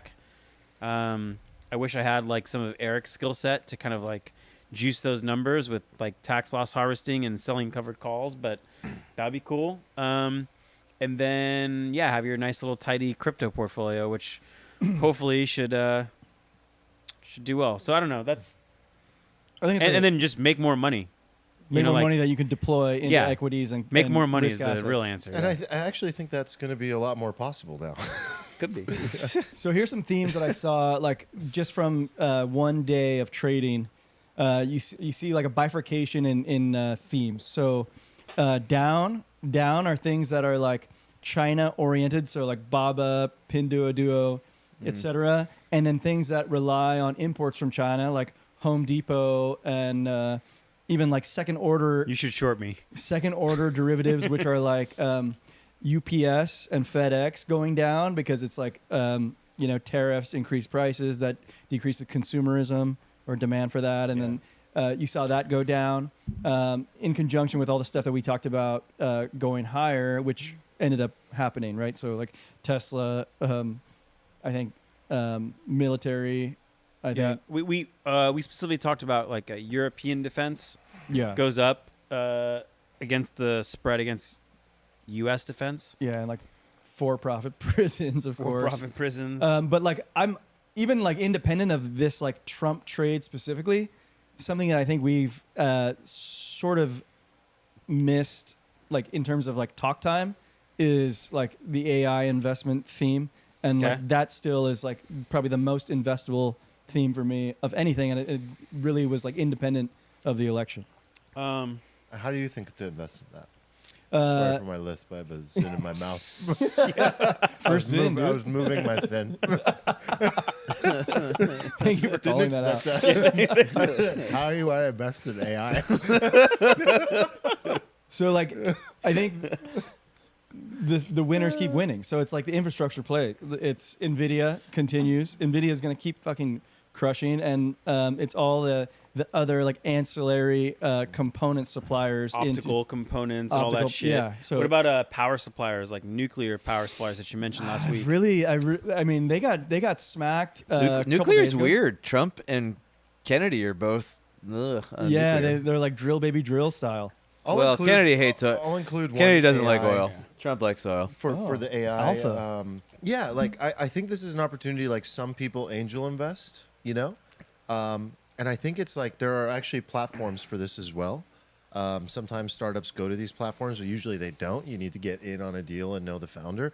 Like I think this could be a very good era for investing in like application or infrastructure layer AI startups. I think we could see the IPO market come back. That would be I awesome. think That'd like be great. we could see acquisitions and M&A really start to rip again. I think the one of the signals that I'll be looking for is like the venture market and capital, like in general, like how that flows. 'Cause Well, if it's you been see down IPOs heat up, since- then that'll trickle down, right? exactly. Yeah. Quick That's exactly how that works. question. Do you think we start getting like tokenized, like venture investments? Is that a terrible idea? Because like there's obviously this yearn for people in like our age bracket and lower to YOLO fucking crazy shit to try to get rich. So they're cool with the risk profile. And in getting torched like a billion times and being so in markets, like they're actually like fairly financially savvy in a particular way, and they're okay with the risk. Mm-hmm. Do you think some of this kind of like meme coin frenzy crypto thing like gets pushed over into the VC world? Can regulation be passed where we can like actually start YOLOing into startups? And is that better because like that thing gets tokenized, or do we have like a similar problem we have in crypto where it's just like, oh, these guys like got rich really quickly and now they don't want to build anymore? Have you thought about any of this? No, not really. All right, good. Jazz me on the yeah, spot. but if I jazz you with Jazz it, me on the I spot. just think How does that it feel? there's like a difference in terms of like the startup world that exists in AI versus the crypto one. Why? Well, it's Well, just they like a don't- different culture. they don't and overlap They don't today. overlap today. But like, would the startup and tech world welcome that as an investment vehicle and start to like tokenize? Okay, yeah. and Imagine open up- imagine you No, don't no, you don't I'm have to following you. overlap. Right? I don't know if the regulatory will happen as you described, and I don't know. No one knows that. Like, if all those things you described will happen, but the question is like, would it be welcomed, and would it be like a vehicle to raise capital with? And as an investor, would it be a good way to get involved with stuff? I don't know, because the typical like angel investment, you're locked up until there's a liquidation event. Right. And the problem with like this stuff is that it incentivizes like raising as much as possible and setting up a structure that is sort of like, you know, pump and dump. Yeah, it's and, like and it's not really good for the startup. It's not That's not long-term what you capital. want. Like, I would never want people like that on my cap table. Yeah. Like, I personally wouldn't. So I What don't if it's know. not, what if it's not a cap table? What if it's It just could, like yeah, but it might be like a line coins. of people that all roll up to one line Yeah. that's called like, you know, your token, and they're just like, you know, pay me, man. And But you're you- like, no, you we're would building, want- we're building a 20-year company here, and they're like, pay me in 18 months. But And you would want more liquidity though, right? Like a little bit founders more would would be love good. more A little bit, just a liquidity. little bit more. Yeah. I'm not saying you want to like full stack Hitler the entire chart in one thing. I And thought then, we're like, done leave. using that word after. That's a crypto term. Sorry. Oh, it I is? was called we call it an FSH. Okay. This is like very in there, but it's like one of the funnier. It's one of the funnier crypto terms. You ever see a chart which is up and just one candle to zero? That's what they call the full stack Yeah. Hitler. Okay. That's a Didn't know deep that cut. one. That's a deep, That is a very deep cut. I But yeah, I don't know. I do see what you're saying, where it's like if that pathway were to succeed, the first step is deregulation to like allow it for the door to open. I mean, should it is probably the first Well, step. look, like a venture itself is due for a disruption. I don't think it'll get disrupted to the degree that you're talking about in the short term, but it's due for a disruption. And that disruption that I'm referring to is like portfolio structure, like how they structure and how they look to get their returns. Like it has just been like looking for larger and larger and larger exits at higher risk. And so 3x is no longer like satisfying in venture. So, and to get a 3x, you need 1,000x, and everything else fails. So, yeah, I don't know how that'll go. We'll see. Can I ask you guys? Do you guys see anything worrisome in today's market reaction that like I don't know gets you worried over the next like Ooh, 12 to that's a good 24 question. months? No. Yeah, no. Also, no, but like I had like a sort of different angle on it, which was back to Armand's original prompt about like prosperity. It's like the asset market seemed prosperous today, and maybe that continues to be prosperous. But Armand also mentioned prosperous for all, and like I don't know that like assets zooming higher is prosperous for all. If like if we're talking about like Trump's presidency being like the most prosperous for all. Okay, can I tell you the biggest grinds my gears that has ever happened in the history of politics? Did you know that W wanted to take Social Security and basically like put it in S&P index funds?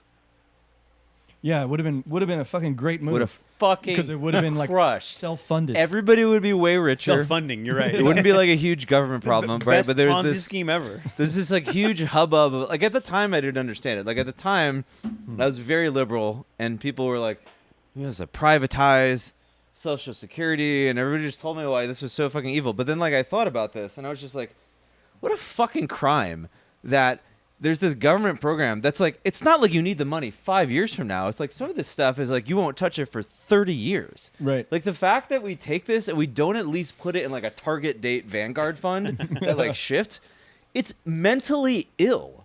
It's the point. type of stuff you only can have as policy if like all your politicians are like Tim Walz.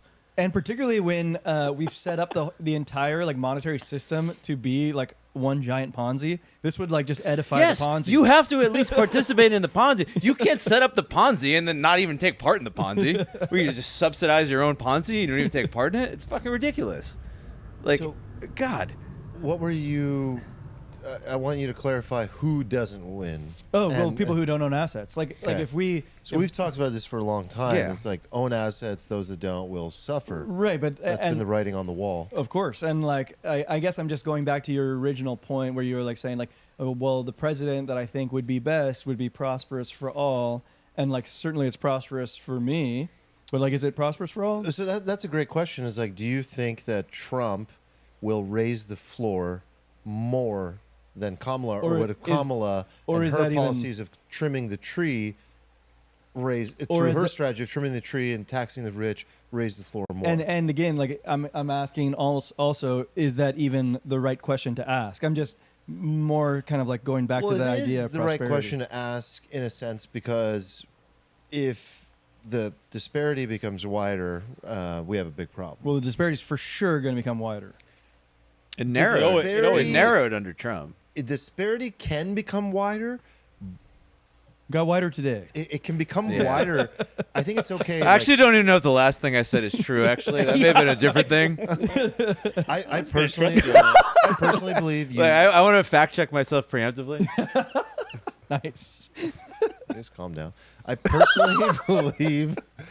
I personally think like keep the floor like where it needs to be. Like raise the floor, but don't like trim the top, because when you like trimming the top, disincentivizes all of the innovation and the wealth that can get created that will lead to more good for all. So like I think disparity can be okay as long as it doesn't come too wide, but like you have to raise the floor. So the question back to you is like, do you think in this new world the poverty level will continue to rise? I mean, I think you I forget who mentioned this before, but like sometimes some people view their life, or generations view their life as like, can I afford a home that I want?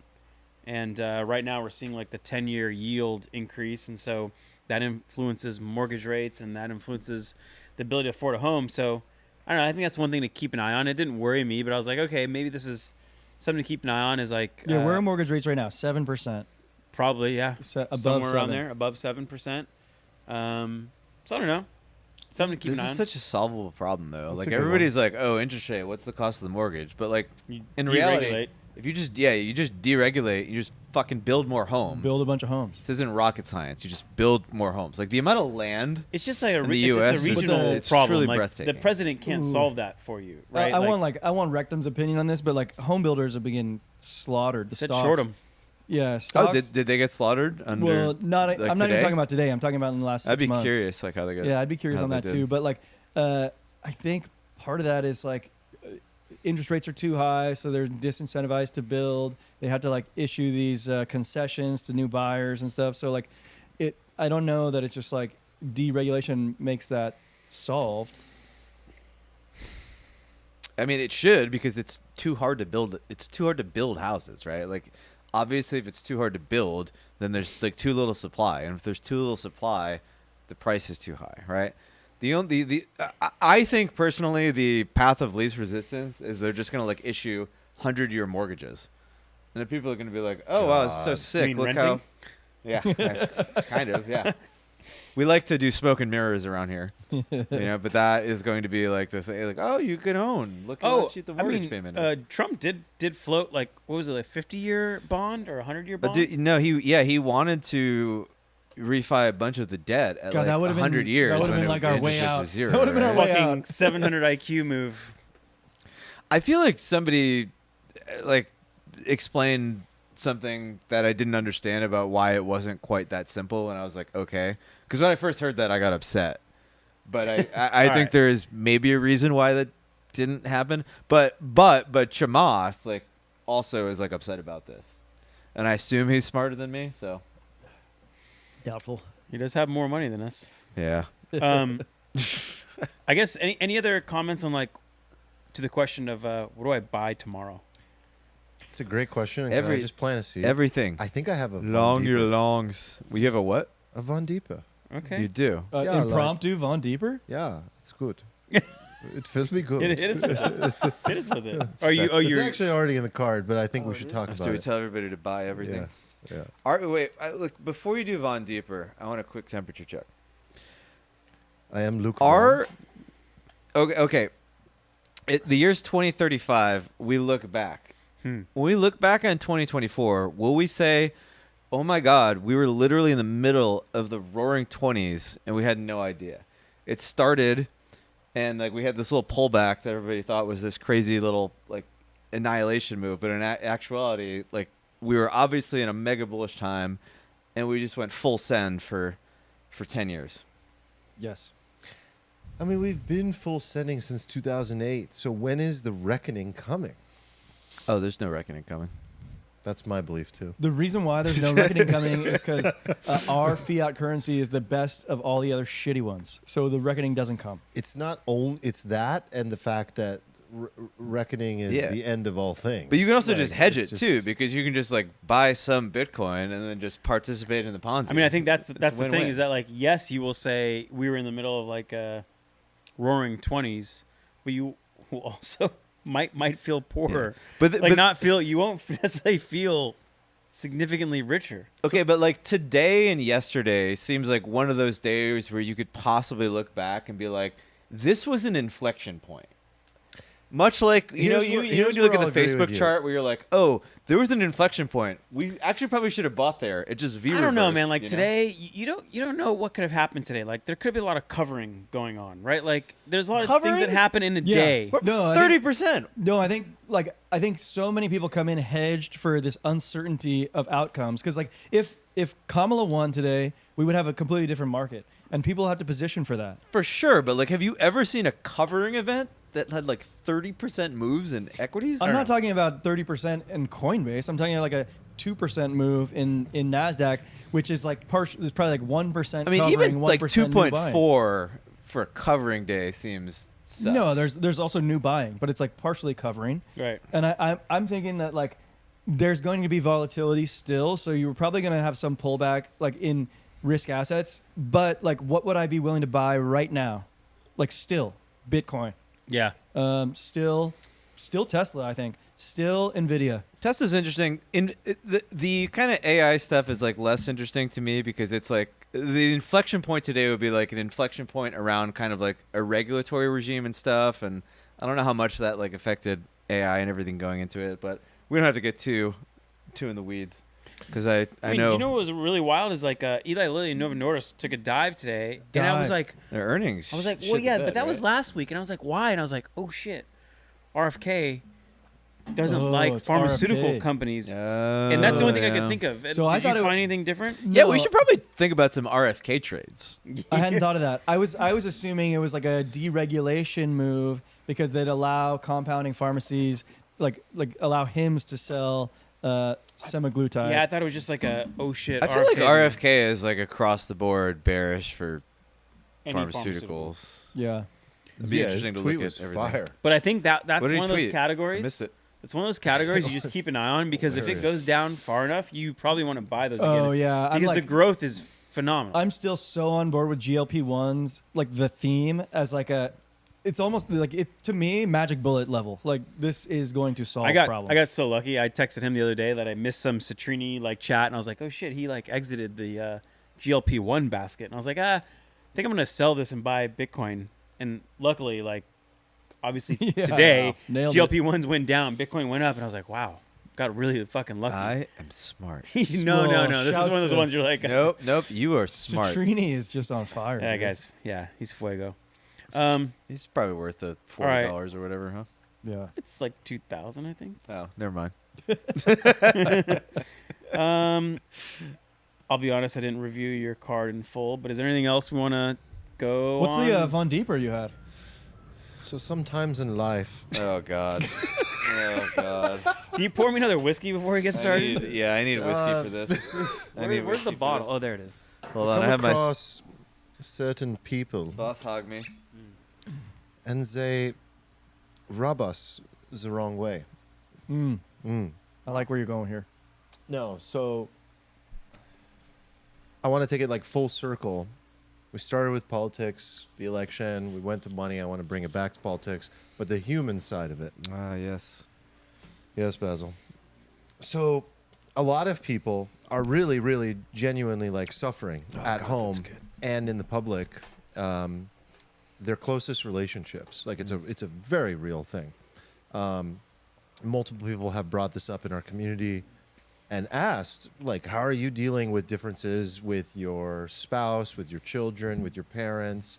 Politics is that. It's always going to bring that up. So generally losing relationships or being challenged in relationships because of politics, how to talk to people that basically want to disown you because they disagree with you. I think that's a really challenging thing that a lot of people, I guarantee you, a lot of people in our community are going through, and a lot of people in the world at large are going through.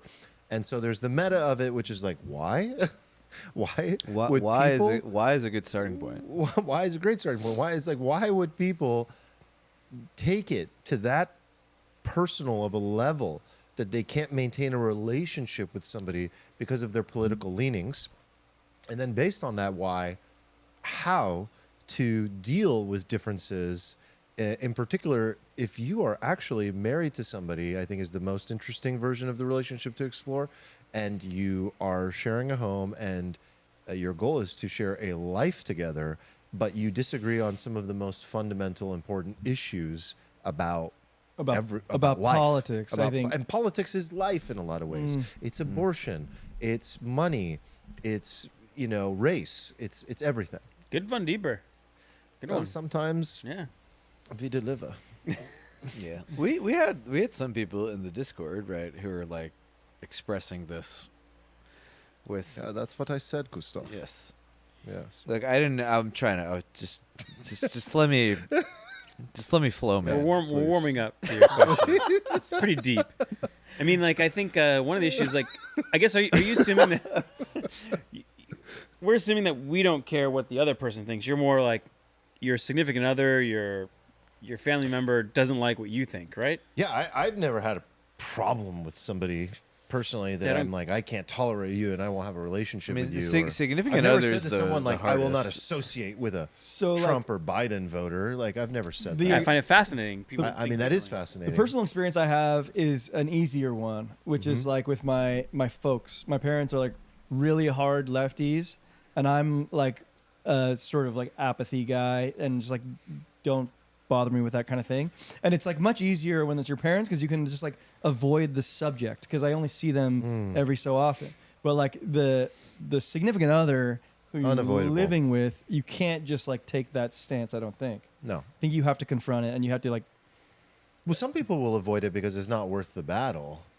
Which I actually think that's probably how I would do it. Which is like we just don't agree on this and we just move forward. But like, I don't think But that's difficult, like internally for people. Like I can imagine how, like we want to align with our partner, or Agree. we don't want to believe what they believe, or we don't want them to agree with us, but we want the ability to have like open, fair discourse the same way we do. We don't agree on everything, but everyone wants to have that ability with their partner. But the four of us respect each other at all times, and like, I guess when it comes to politics, it has this rare, special skill of like, I don't know, it can remove the respect you have for people based upon what they choose if you're so polarized, yeah. right? And so I think that's the dangerous part is where you're like, how could you vote for this person? Like, are you that dumb? Like, do you It's do you a highly lack complex you know- thing, right? We're taking like the policies that a candidate holds, associating them with you, changing your identity to now merge with the identity of the candidate that you voted for, and saying I must not know you. Like, if you're going to vote for that human being, there must be things that I don't understand about you, know about you, and that changes my relationship with you. And a lot of people overreact to that. They overreact to that vote. And there's so much nuance in there, right? Some people will just vote like me and say, like, who's going to create the more prosperous nation for as many people as possible? Other people will vote for one single issue, like crypto. But then you go like, you voted for Trump for crypto, but you also voted for this guy, and he's responsible for all these terrible things in the world. He's caused division and racism, and he's Hitler. And I don't understand that, and I can't reconcile that, and I can't even live with that. And to the person's point, I want to disown you. I can't even have a relationship with you because of who you voted for. That's intense. How That's much- so intense. Oh, that's very intense. I don't mean to diminish that. I actually want to ask a question to you guys though. Like, how like in terms of percentages, how many like marriages or significant other relationships do you think have politics as like a really important element of the relationship? Very few. Because Yeah, like mine's low on the totem pole. because I think for me and the people that I know, it's something that can come up or whatever, but it's like it's like not something that you would really fight over. I mean, my wife's not interested in it, so it's mostly just me like spewing shit about stuff I've seen on Twitter and things I believe, and then she's Okay, just but- like, you're so interested. Okay, but in your case, I'm curious. Like, you have a child and soon have another child. At a certain point, you have to start instilling particular values in them. Absolutely, And some of those values are going to be perceived as like political. absolutely. Is that a problem if you guys are different? Yeah, there's Like- not alignment there. That could be a problem. Well, I think maybe I'm personally lucky because my wife doesn't want to fight me on that. But wait, But can you some get, wives do, and some husbands want to fight their wives on those topics. So I'm not dealing with that. Yeah, like if you're just dating someone, right? It can be kind of fun to have them be like the opposite of you. There Yeah. can be like a thrill there. Like maybe you like hand-to-hand combat and they like it as well, right? But at a certain point in time, like if you have like children, you want to like raise them in the world or something, then you're like, "Oh, wait, what do we actually care about collectively?" I don't think that is like, once you're building a family, I don't think that the family is built around like a political ideology. I think it's built around like family ideology, But- family rules and family Whoa, culture. whoa, Some but- of those might correlate to political leanings Yeah. in some households, but mainly what you're doing when you're building a family is you're saying, in this family, we eat dinner together. In this family, there's a meme I just thought of. What is it? It was the Sopranos meme. In this family, what? The Columbus. Yeah, Yeah. the Columbus meme. In this family, Christopher Columbus is a goddamn hero. Yeah, that's a good example. It's Actually, a great episode, by the way. because you might think you're in a totally fine spot, and then one day you're like, "Daddy, is Christopher Columbus good?" And then your wife's like, "No," and you're like, "Yes," and you look at each other and you're like, oh shit. "What the fuck did you just say?" Right? Yeah. Like everything is political. I think that is but kind of not much in raising a kid. Like what really is that? Oh my political? god, there's a lot. Well, it's okay There's a for lot. mommy and daddy to disagree on Well, Christopher Columbus. Not a lot when Okay. your kid's like 4, but when I your was kid's gonna like say- 9. I think 10? there was a Discord user, Sketch, I think is his name, and he was talking about how his kids are old enough to where he can like use this as a teachable moment to say like, hey, sometimes people disagree and we have these ideas, and sometimes your ideas Ooh, beautiful. shift over time, and you have like, you know, some people like have different ideas, and that's okay. That's actually maybe an even better thing for children to see than to just see like, you know, mommy and daddy agree. That's true. It could Yeah. be really powerful. I don't What if Mom I is don't not know on board this. with Is that too yeah? Is that too complicated? Don't you have to like tell kids what's up? Like don't Absolutely not. like you have a 5-year-old What do you and mean you're by just tell like kids what's up? Like tell them what to think? yeah, like this is like the thing that you should No. like. I don't think so. I think you teach people how to think. You don't tell them what to think. I think they're But too like you smart for that okay, shit. what if you have like a 3-year-old and points at No, they like have to an be- they have to elephant be and you're old like, enough. "Daddy, is that a zebra?" And you can't be like, "Son, that's whatever you want it to be," right? It's like, "No, it's a So zebra." there's a spectrum here of like going too far into telling the child, I'm only going to teach you how to think. Yeah. Because there's a limit to that. There are limits to like, we don't want to live in like a completely gray subjective world. And there's certain things, like I bet you in some families, there's discussions happening about the gender thing, you know, constantly. That's happening in schools right now. And like some kids are coming home and being like, my teacher is like teaching me about, you know, there's you know the gender thing. And then some parents are pulling their kids out of school for that. And they're like, no, that's the limit. We're not going there. There's 2 genders and that's it. There's 2 sexes, that's it. And some people draw a line. But others are like, well, you know, this is the world you live in now and this is the way it works. And I don't agree with this, but like maybe your teacher feels differently about it. So I don't know. I guarantee you it will come up for me. And there will be moments where I'll be like, nah, this is the way it is. Yeah. But for the most part, I hope we can teach our kids and the future generation how to think, not what to think. Because if you teach children what to think too much, they're just going to rebel against it anyway. It's just like growing up with religion. You grow up and then you become an atheist in response to it.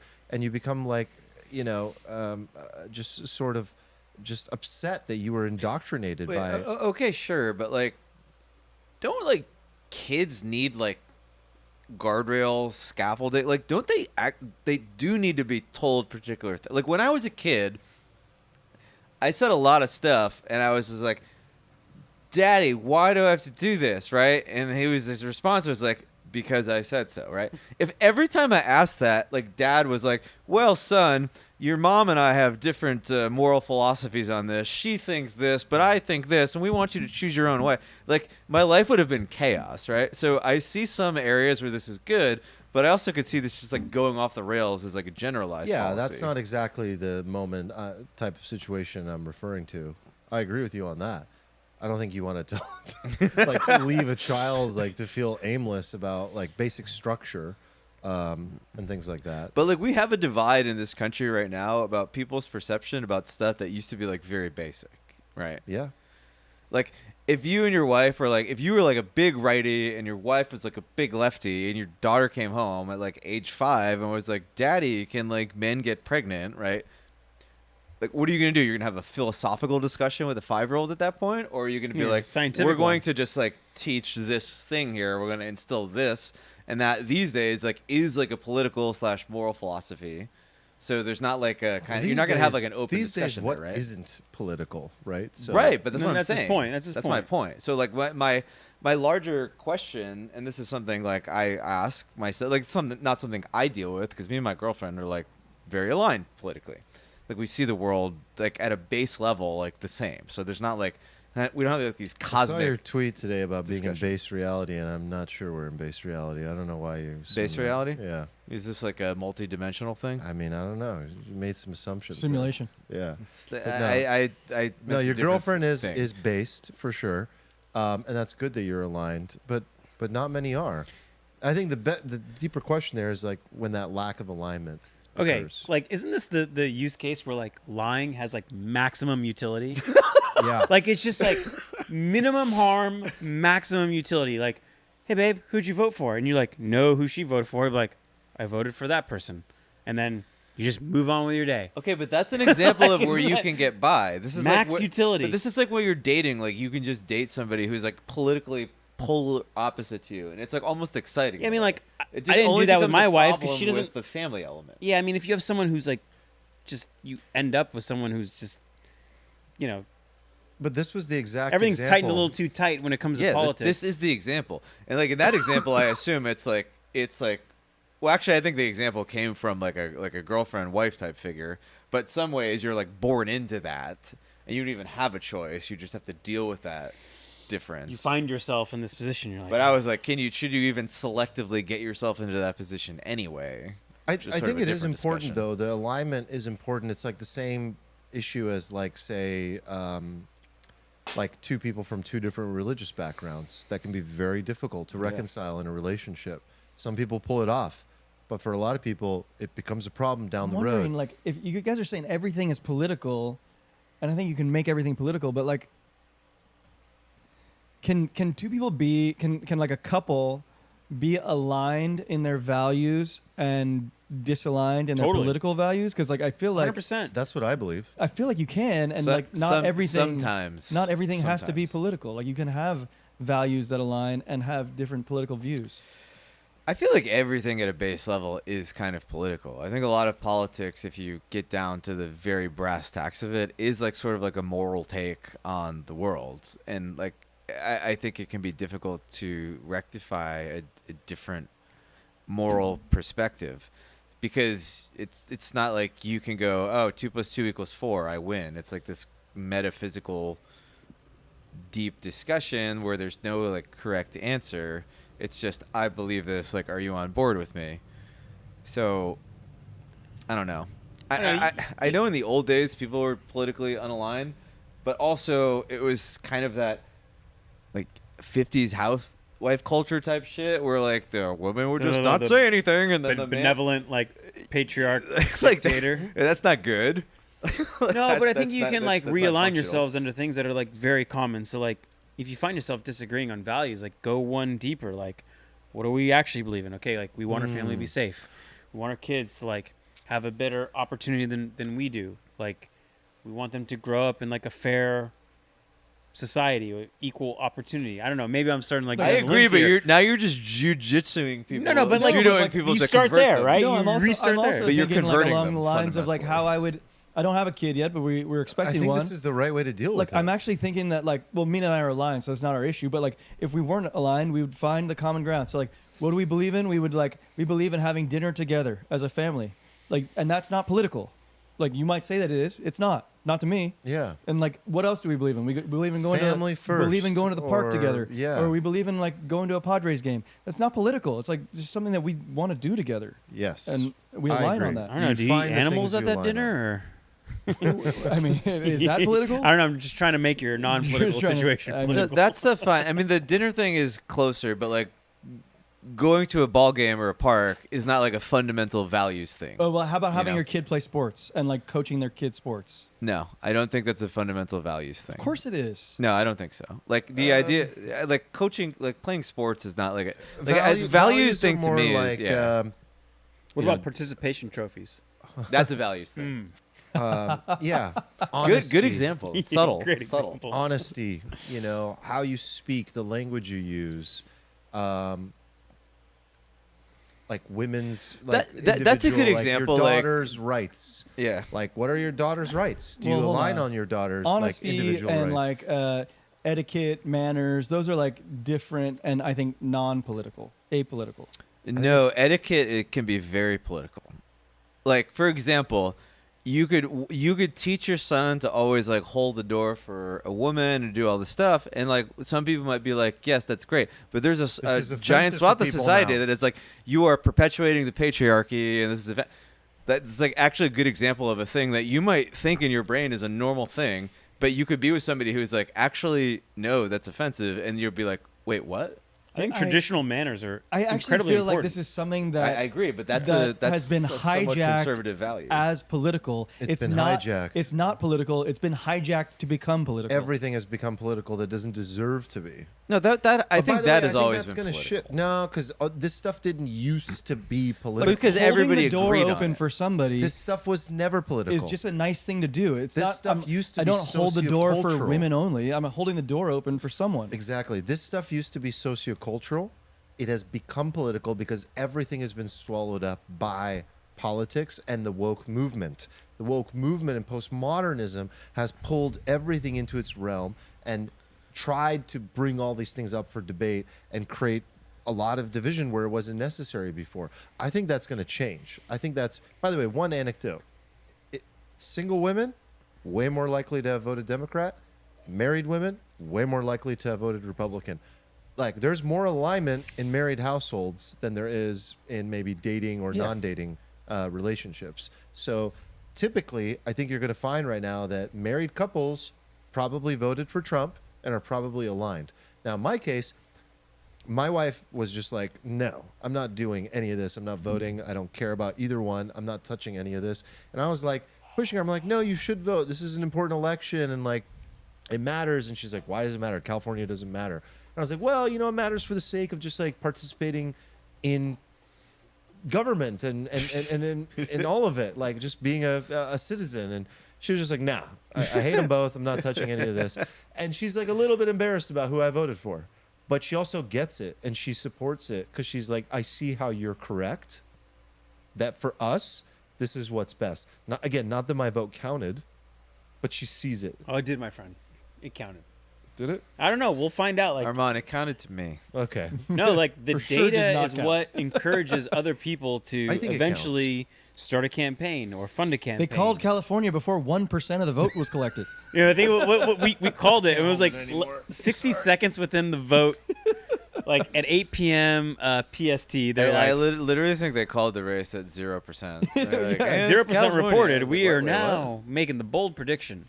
They took like one county in like LA. And people, like, I was like driving over to your house and I saw people standing in line at the polling place in California, just like lined up to get their vote in, and they already called it. Okay, but to be fair, a lot of the stuff you vote on in California is not like federal. Yeah, true. Right. I got way more excited about the local propositions than I did over the. Yeah, like the I was president. I was geeking out with you and like two other friends on the local propositions. Like Yeah. I had a 40-minute phone Dude, call here's a with a rad buddy one. while walking Ziggy. Here's like a cool one that I think is just like a moral, cool question. What's that? I don't remember the prop number, but in California we voted on whether inmates in prison should be forced to work. Ooh, yeah. was that's like a a- good Okay, one. so you That was a good sent me one. like a joke comment, and you made me feel like Mr. Smithers again. But like, I'm curious where you ended up because I didn't know genuinely what your opinion was on it. Like, Well, yeah, Mina and I, we sat down and looked over all the props, and that was one that we aligned on. We aligned on almost all of them, but that one we aligned on. We're like, yeah, make them work. okay, so I did too. Yeah, I was like, so you're telling me we can hire these people? Like, someone hires them and pays them some nominal wage. Or like, even in like state work, like have them clean the freeways or something. Yeah, like, yeah. Just like, Stamp out license plates. it's not a fucking bed and breakfast where we just feed you and you sit there. Yeah, I like that one. I voted for that one. What was the other ones? There was something about Making theft? stealing illegal? Yeah. theft under $950 on your third attempt, a felony. Wait, So that's what it was? yeah, it was like, okay, Oh, if you've no. been caught for stealing under $950 two times, the third attempt can be considered a felony, and it won like Landslide. landslide This is what victory. we call progress in California. Yeah, I mean, people just get sick up with the results. Like at some point, the outcomes, have I think it's just consequences. all those things are so obvious to me. Like the rules are already written. Crime is crime. It's so simple. Crime is not crime. crime is decriminalized, then it becomes not crime.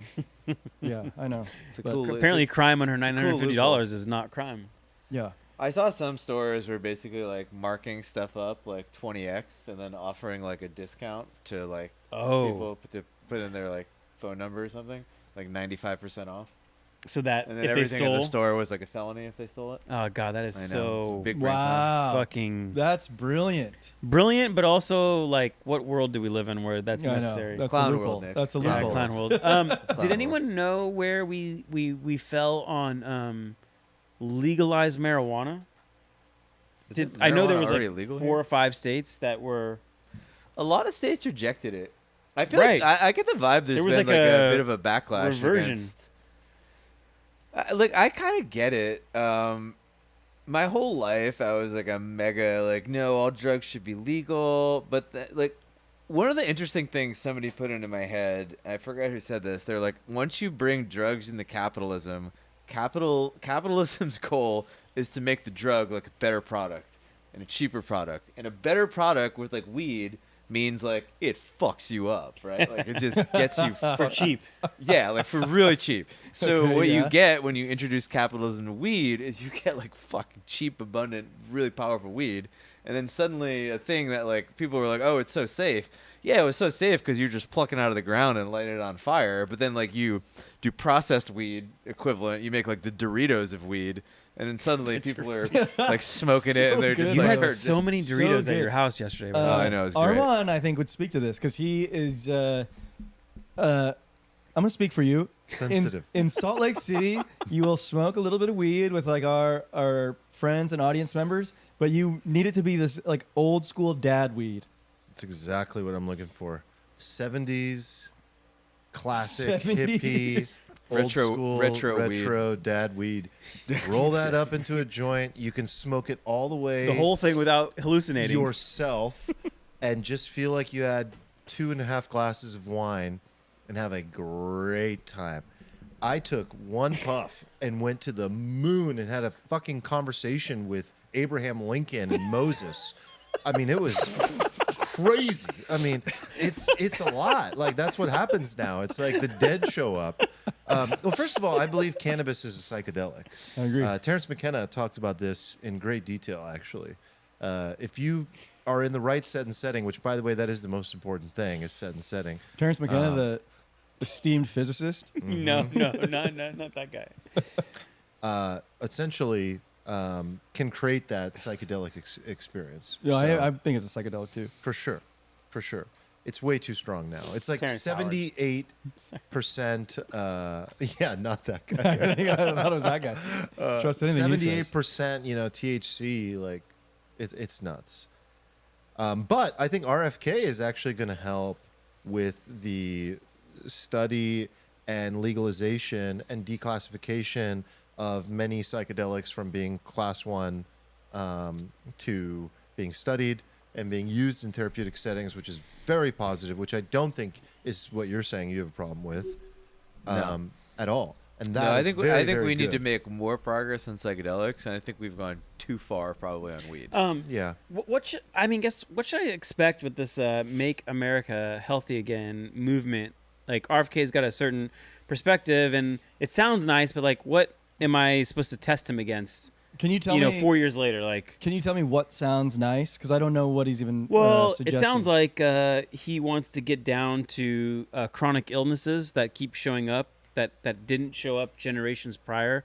So one could be autism, another could be like chronic pain that, according to his research, didn't exist. Just one generation ago. The infertility thing is Infertility, huge. that's a good example. I think it's just like the drugs that we're able to use.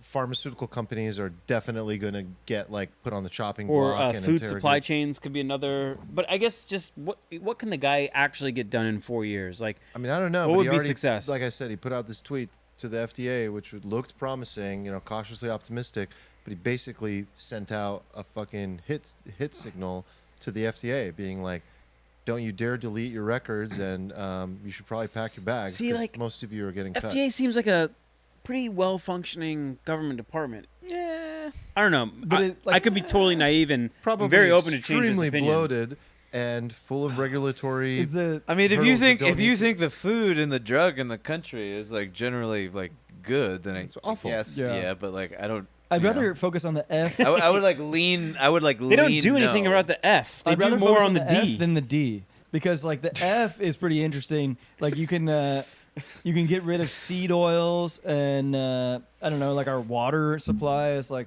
fluoridated Dude, and stuff. Like water. that and- seems like lower hanging fruit. I than was going after, like, shocked at like how pharmaceuticals. much of my like. So I think I showed you guys like I have this like very like left wing Twitter feed, and they were fucking freaking out about the fact that RFK wanted to take fluoride out of the drinking water, and I was like, Does it really matter that much? what the fuck is going on? First of all, it's like maybe it's probably like a marginal thing at best. Second Yeah. of all, it's like what is the benefit versus risk, right? So like that is also, weird to like, me. Wait, what every is- toothpaste we have has fluoride in it. Yeah. If you want a fucking topical application of it, you can easily get that. Why do you need it in the water? Yeah. And it says like people are like, oh, it prevents cat hair. Like, do you drink water and like fucking swish it around your mouth, like all the water you drink? No, you just fucking guzzle it back. Is the Yeah. fluoride helping you? Does it help you from your stomach? Honest question. But like, Like your stomach. like No, you the just data's you just been out for a long time. By the way, you guys have been, I don't know if you've been participating or seeing it, but there has been a weeks-long conversation happening in the Life channel that's been like very health-focused Yeah, lately. I've kind of like come all across that. on this stuff, all on the toxins that exist in our environment, from fluoride to the lighting, LED lighting. because to- Eric came back. Eric is back with He's a back. vengeance. And I saw that. I saw that I can't have LEDs anymore. yeah, Rizzy's on LEDs Rizzy's suck. on Rizzy's patrol now. back with a vengeance. Is Features Rizzy in there. anti There's the LED seed oils of too? lighting. Yeah. There's like a anti-lighting coalition yeah. in the Discord. We gotta go Oh back my to God. incandescent. Like 1,000 We're going back LEDs to in my eyes right incandescents? now. Yep. Wait, what's wrong with LEDs? They're the seed oils of Everything. lighting. I don't know what that means, Seed but oils that's the of lighting. They're the seed oils of That tells lighting. you everything you need to know. Okay, Alright. that sounds bad to me, but like, why? Hold on. Not to get off on a tangent. Vibes has a good way of testing this. Pharmaceutical advertising limits, and I agree with him. If Yeah, that's basic all, stuff like that. that's all RFK got done in 4 years of work. he That's was like an able to- easy fucking kill. But if he got that done, I'd be like, good job. I agree. Like, if that was the only thing he did, like that shit We're is one so of the fucked. only countries in the world that has that. It's like weird. us in New It's Zealand, really right? weird. It's so weird. Yeah, New Zealand. But I mean, I guess what do we go back to? Just having like models as like pharmaceutical salespeople pitching doctors, because that's I kind of don't what it even was get before. the point of the commercials, because by the time the commercial's Dude, done, first of all, like, you're gonna go blind or kill yourself. yeah, and how do you like? I never know what a drug does when you just see like an old couple on a sailboat, and it's just like, Like a blue light filter. it's like, Everything's so goddamn blue and green, like all the time. it's like two happy people in a bathtub, and it's like And a it drug. ends in suicide. And I'm just like, what? Yeah. Is this even advertising? No, I Some know. amorphous name with 3 syllables. For some Yeah. reason, it's always 3 syllables. Yeah. And then, by the way, to take this prescription, you need 3 other prescriptions every time. Wait, have you Every guys have time. you guys ever been sitting around and you're like, what should we do? Like, we should do something fun or cool, and you're like, you can't think of anything fun or cool to do. You're like, I know I had all these ideas for something awesome to do, and now I'm just like, oh, should we go to Nolita Hall? Like something you you just go into your generic thing. I had a thought the other day where I was like, I should just like YouTube pharma drug commercials. Because They're just always doing cool shit. They're like, the funnest oh my god, they're like Flying a flying kites kite, on yeah. a jet ski. That's so sick, right? It's like unbelievable. Like all these creative ideas, like fucking painting my husband like peak naked on human top of a green experience. hill. Peak like- human. Yeah, Boating. it's like, oh my god, I want to be in that meeting where they're like, all right, what is some sick shit we could be doing while we're on these like prostate drugs? individual bathtubs on a No wrong. Oh my god, the guy who wait, that was the OG Viagra commercial, right? The guy who thought about like holding hands in these like old school bathtubs. Like, that guy was so underpaid. Don Whoever thought of Draper, that, or he's- girl, He's well whoever paid. thought He's of well that. paid. Viagra made at least $8 billion from the bathtubs. It was like iconic, from the bathtub. iconic idea. All right. I think they'll succeed in making America a little bit healthier again, and that is a win. The Yeah. win is progress. or the discussion. Like we're gonna have discussions Or the about discussion. high fructose corn syrup and Yeah. everything else, and it'll be hopefully productive. Yeah, yeah, the fluoride in the water thing is insane. Did you guys see the study that came out with No. like the effects on infants and children? Like, so even during pregnancy with women, after when the child is an infant and toddler, basically before the age of 2, consumption of fluoride at all, of fluoridated water, leads to like decreased IQ. Oh, Jesus Christ. Decreased IQ. Is this a good study? Like, neurotoxin. reasonable? Like, oh yeah. No, and then I called my water company yesterday to ask the conscious water that Steven signed up for too. love that water. Dude, check this out. I called the phone number and just went, they're like, do you want to talk to sales or do you want to talk to You're like, support? I just want to talk about water. And I you know what I did? I was like, let me actually talk to the sales line because I feel like those people are very knowledgeable because their job is to convert you. That's big brain. It was Okay. a hugely good call. The guy that picked up the phone. Let me guess, they were was the anti-tap most water. Passionate water person I have ever talked to in my life. It'd be like Eric in our Discord's like wet dream to talk to this guy about water. It was incredible. I was like, hey man, I'm actually like not here to buy. I've been a customer for like 3 years. Oh, so you disclosed up front. Oh, He yeah, yeah, still I'm was like, I love water so fucking much. Dude, the guy couldn't wait that to I talk. take He time was out of just my like, day to he was talk. just like, yeah. What's up? I was like, well, I just realized that I'm giving my daughter the water, but then when You're she goes, so gnarly that you did this. no, check this out. Check At this what out. hour of the day did you do this, by the way? On 'Cause one of the walks when I take Mushi. This is Okay, the guy so who middle of the This is the day. guy who can't go out Alright, to dinner with me. multitasking. all right, that makes me. Okay. I have no time. I have So no time. I I called just the want to guy. talk, man. I want to talk water. I'm genuinely concerned. The IQ, dude, this is a big deal. Already a customer. No, First of I all, just wanna I've been talk. in this channel on the Discord. My life is changing. I'm like thinking about the detergent I'm using. I got rid of dryer sheets. I'm becoming a hippie. I'm becoming a full blown hippie. I think the thanks to detergent the shit Discord. is kind of legit. Dude, there's toxins everywhere, and I'm realizing this, and the shit is legit. You can even ask ChatGPT, and I'm like, is this chemical toxic, and what is the effect on me? It's like, yes, it's toxic. You probably won't be able to have kids if you fucking keep consuming this. This shit is toxic. Thankfully, I've been able to have kids, but people really suffer from this stuff. So anyway, back to the water. Hold on a second. I tell the guy, I'm like, hey man, I'm a customer. I'm just curious, and I'm like, is there fluoride in the water? And he's like, sir, there is 0 fluoride in this water. And let me tell you why. And he walks me through the whole process. The guy won't stop talking. And I have to at one point like interrupt him. And I'm just like, yeah, man. So the Why are you deal talking is, to me about water, man? You just turn it back on him.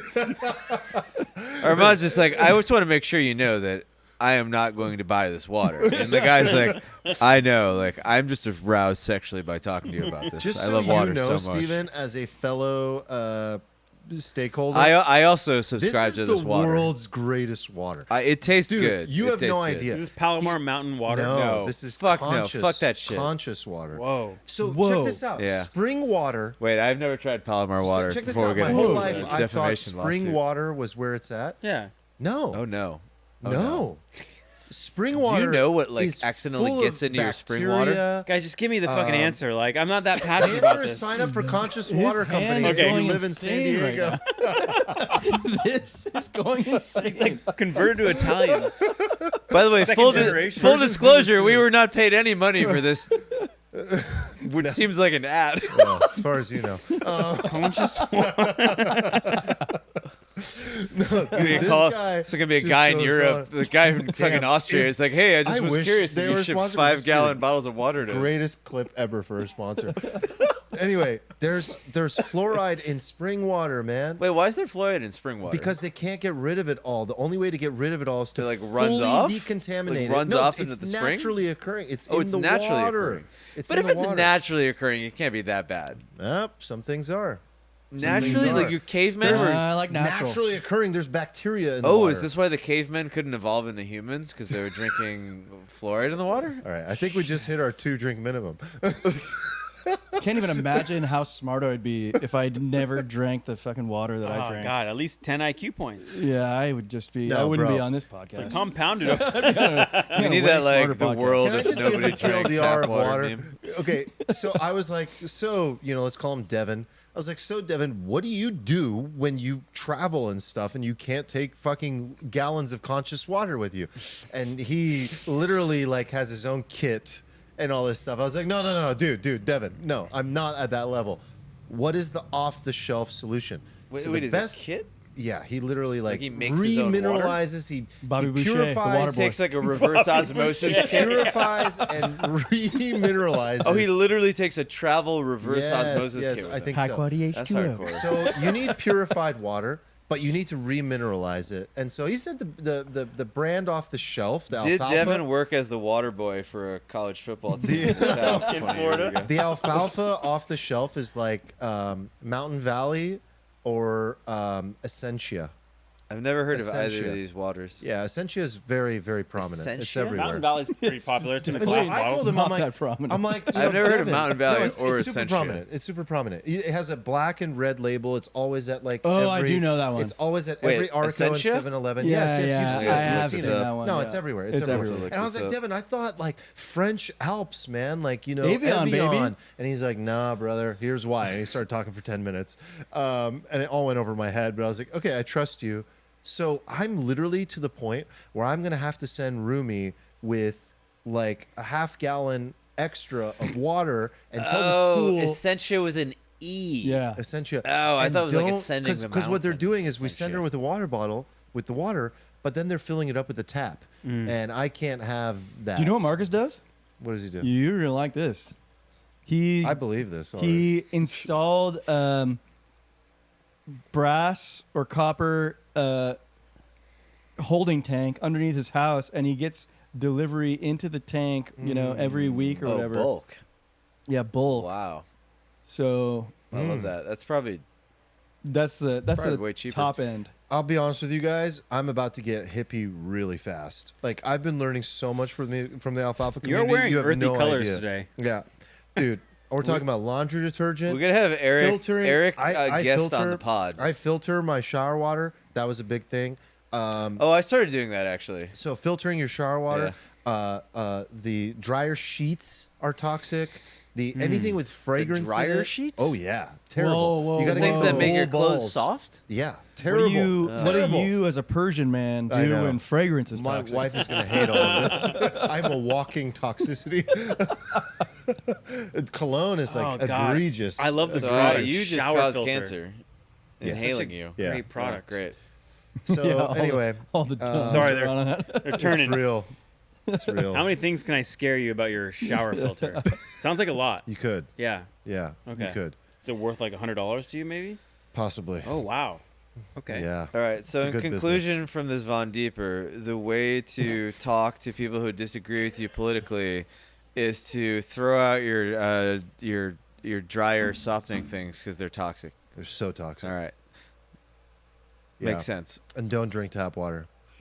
All right, guys, we've reached the 7-drink minimum. This has been fun. Yeah, if we didn't hit anything you guys wanted to hit on, let us know. We'll touch on it next week. But I think this is a good It's an intellectual shit show. good I love the mess. reconciliation. Good How idea. intellectual it was, but it was definitely a shit Yeah, show. it was a shit show. But I gotta say, like, I feel pretty grateful after a pretty heated political session. We had 2 assassination attempts. Yeah. We had one incumbent get like usurped essentially politically. Like a lot of shit happened, and 24 hours after an election, we're Peaceful as transition. a of country, yeah, pretty Trump much shouldn't unscathed. be there. He should be dead. I mean, we also have He a should be dead. candidate who I'm considering going to church again. Actually. That was a curveball. I don't know what that means, but Okay. I no, know. I know. He's being. I can tell he's not trolling right now. No, I'm not trolling. Like I actually said this thing to I myself. genuinely I know you also- wanted to wrap the episode, and I just lobbed a hand grenade into your fucking thing. By the way, I believe it. Nick's like literally calling the show, Steven, I believe in God. Some people logged off, but there's these people who stayed for the credits, and now like the movies like got this additional And part. this is the best part. No, like I actually had this struggle with myself the other day before the election because I was like, okay, objectively speaking, this man He should be dead. was just looking at a chart of immigration, and he turned his head at the second a bullet came. It grazed like his temple, took out part of his ear, Yeah, and he should be dead, should be dead. right? So that was one of those things where, like, if you're religious, you're like, this was God, right? Like, everybody in my family who is religious was like, this is obviously God. It was the hand of Jesus or whatever. And at the time, like I'm not religious, and I was just like, no, this is like a coincidence. That's like always my gut reaction. I'm like, oh, it's just a coincidence. And then I was like, oh man, but like, it's like all this stuff starts to add up. And at like my core, like I really do want to believe that the universe is not this like random collection of atoms that just like was just cast from the Big Bang. And now we're just like these random atoms interacting, right? Mm-hmm, Like I really wanted, like in my heart of hearts, to believe that there's like some sort of order to things. Like it's like uncomfortable to me that we're random atoms, like as Nick probably thinks, right? Yeah. It's uncomfortable to me. So I'm in a situation where like if Trump lost, I would definitely be like, okay, like, yeah, everything is totally fucking random. Like, the fact that shit happened, and he went all this way, and somebody almost shot him twice, and he just fucking lost anyway, I was like, oh, that's a very black pill. That's, like, full black pill. Like, everything is totally meaningless, right? But he didn't. So I'm like, like, I'm pulled. There's, like, a pull going on. I mean, in we me need now. to explore this. That's a whole topic. I mean, you're assigning too much value to politics. This isn't politics. Trump is politics. The outcome of Trump is politics. Like a man who I know what you're saying. You know what I'm I think saying. It's worth a discussion. This isn't like a random guy. Like It's not a the random change guy. of trajectory of like a quarter inch of the like it changes No, the and trajectory who of wins the the world, presidency right? of the Right. United States It does shapes the shift entire world. the way the Yes. world, the future goes in Shapes ways. the entire world. I started thinking about this, and I was just like, oh god, and I like Yeah. fell down a thing. I mean, I don't know how different, like a religious leader 2,000 years ago. I'm not talking from like a spiritual or religious sense. Just like a human form of that. Is that different from like a president Yeah. who can shape the narrative of an entire world? It's just as important Yeah, I get what you're saying. in some sense. It's very important. Yeah, So that's a huge thread you're pulling on. I think we need to leave that. it's a big thread. We can leave it yeah. for another time. I have Yeah. to pee very badly, but like. I didn't get, the main takeaway is I did not get black pilled. Okay. This is mostly a I did not get black pilled statement. What does Good. that stand for? Black pilled? End of the world. When you're kind black of pilled, like it's like nihilist. It's like yeah, Nothing matters. it's not a. There's no way out. like if you're nothing you like can do. red, like you're like blue pilled or red, like you're red pilled, you're like oh my god, I the see the conservative truth, vision. but- That's the conservative. But when you're black pilled, you've just like opted out of. There's no way out. Yeah, you just like opted out of everything. I will Alright. never get black. Are we wrapping up? Because I brought snacks just in Yeah, case wrap we're it up. not. Yeah, let's just wrap it. It's Okay. cool. Otherwise, you're going to hear me chewing in the mic. All right, guys, that was a lot of fun for us. Hope it was fun for you. We'll be live again next week at 5 p.m. PST on Wednesday, live on YouTube. So please join us again. Big shout out to the chat this episode. It was a whole lot of fun. You guys are rowdy in there. And thank you, Hookem, again for donating. Or sorry, not Hookem, Rectum. And thank you, Hookem, for joining in the chat. Love you always. Yeah, I think that's it, guys. All right, we'll see you next week. Have fun. See you in the Discord. Talk to you soon. Bye, guys. Bye bye.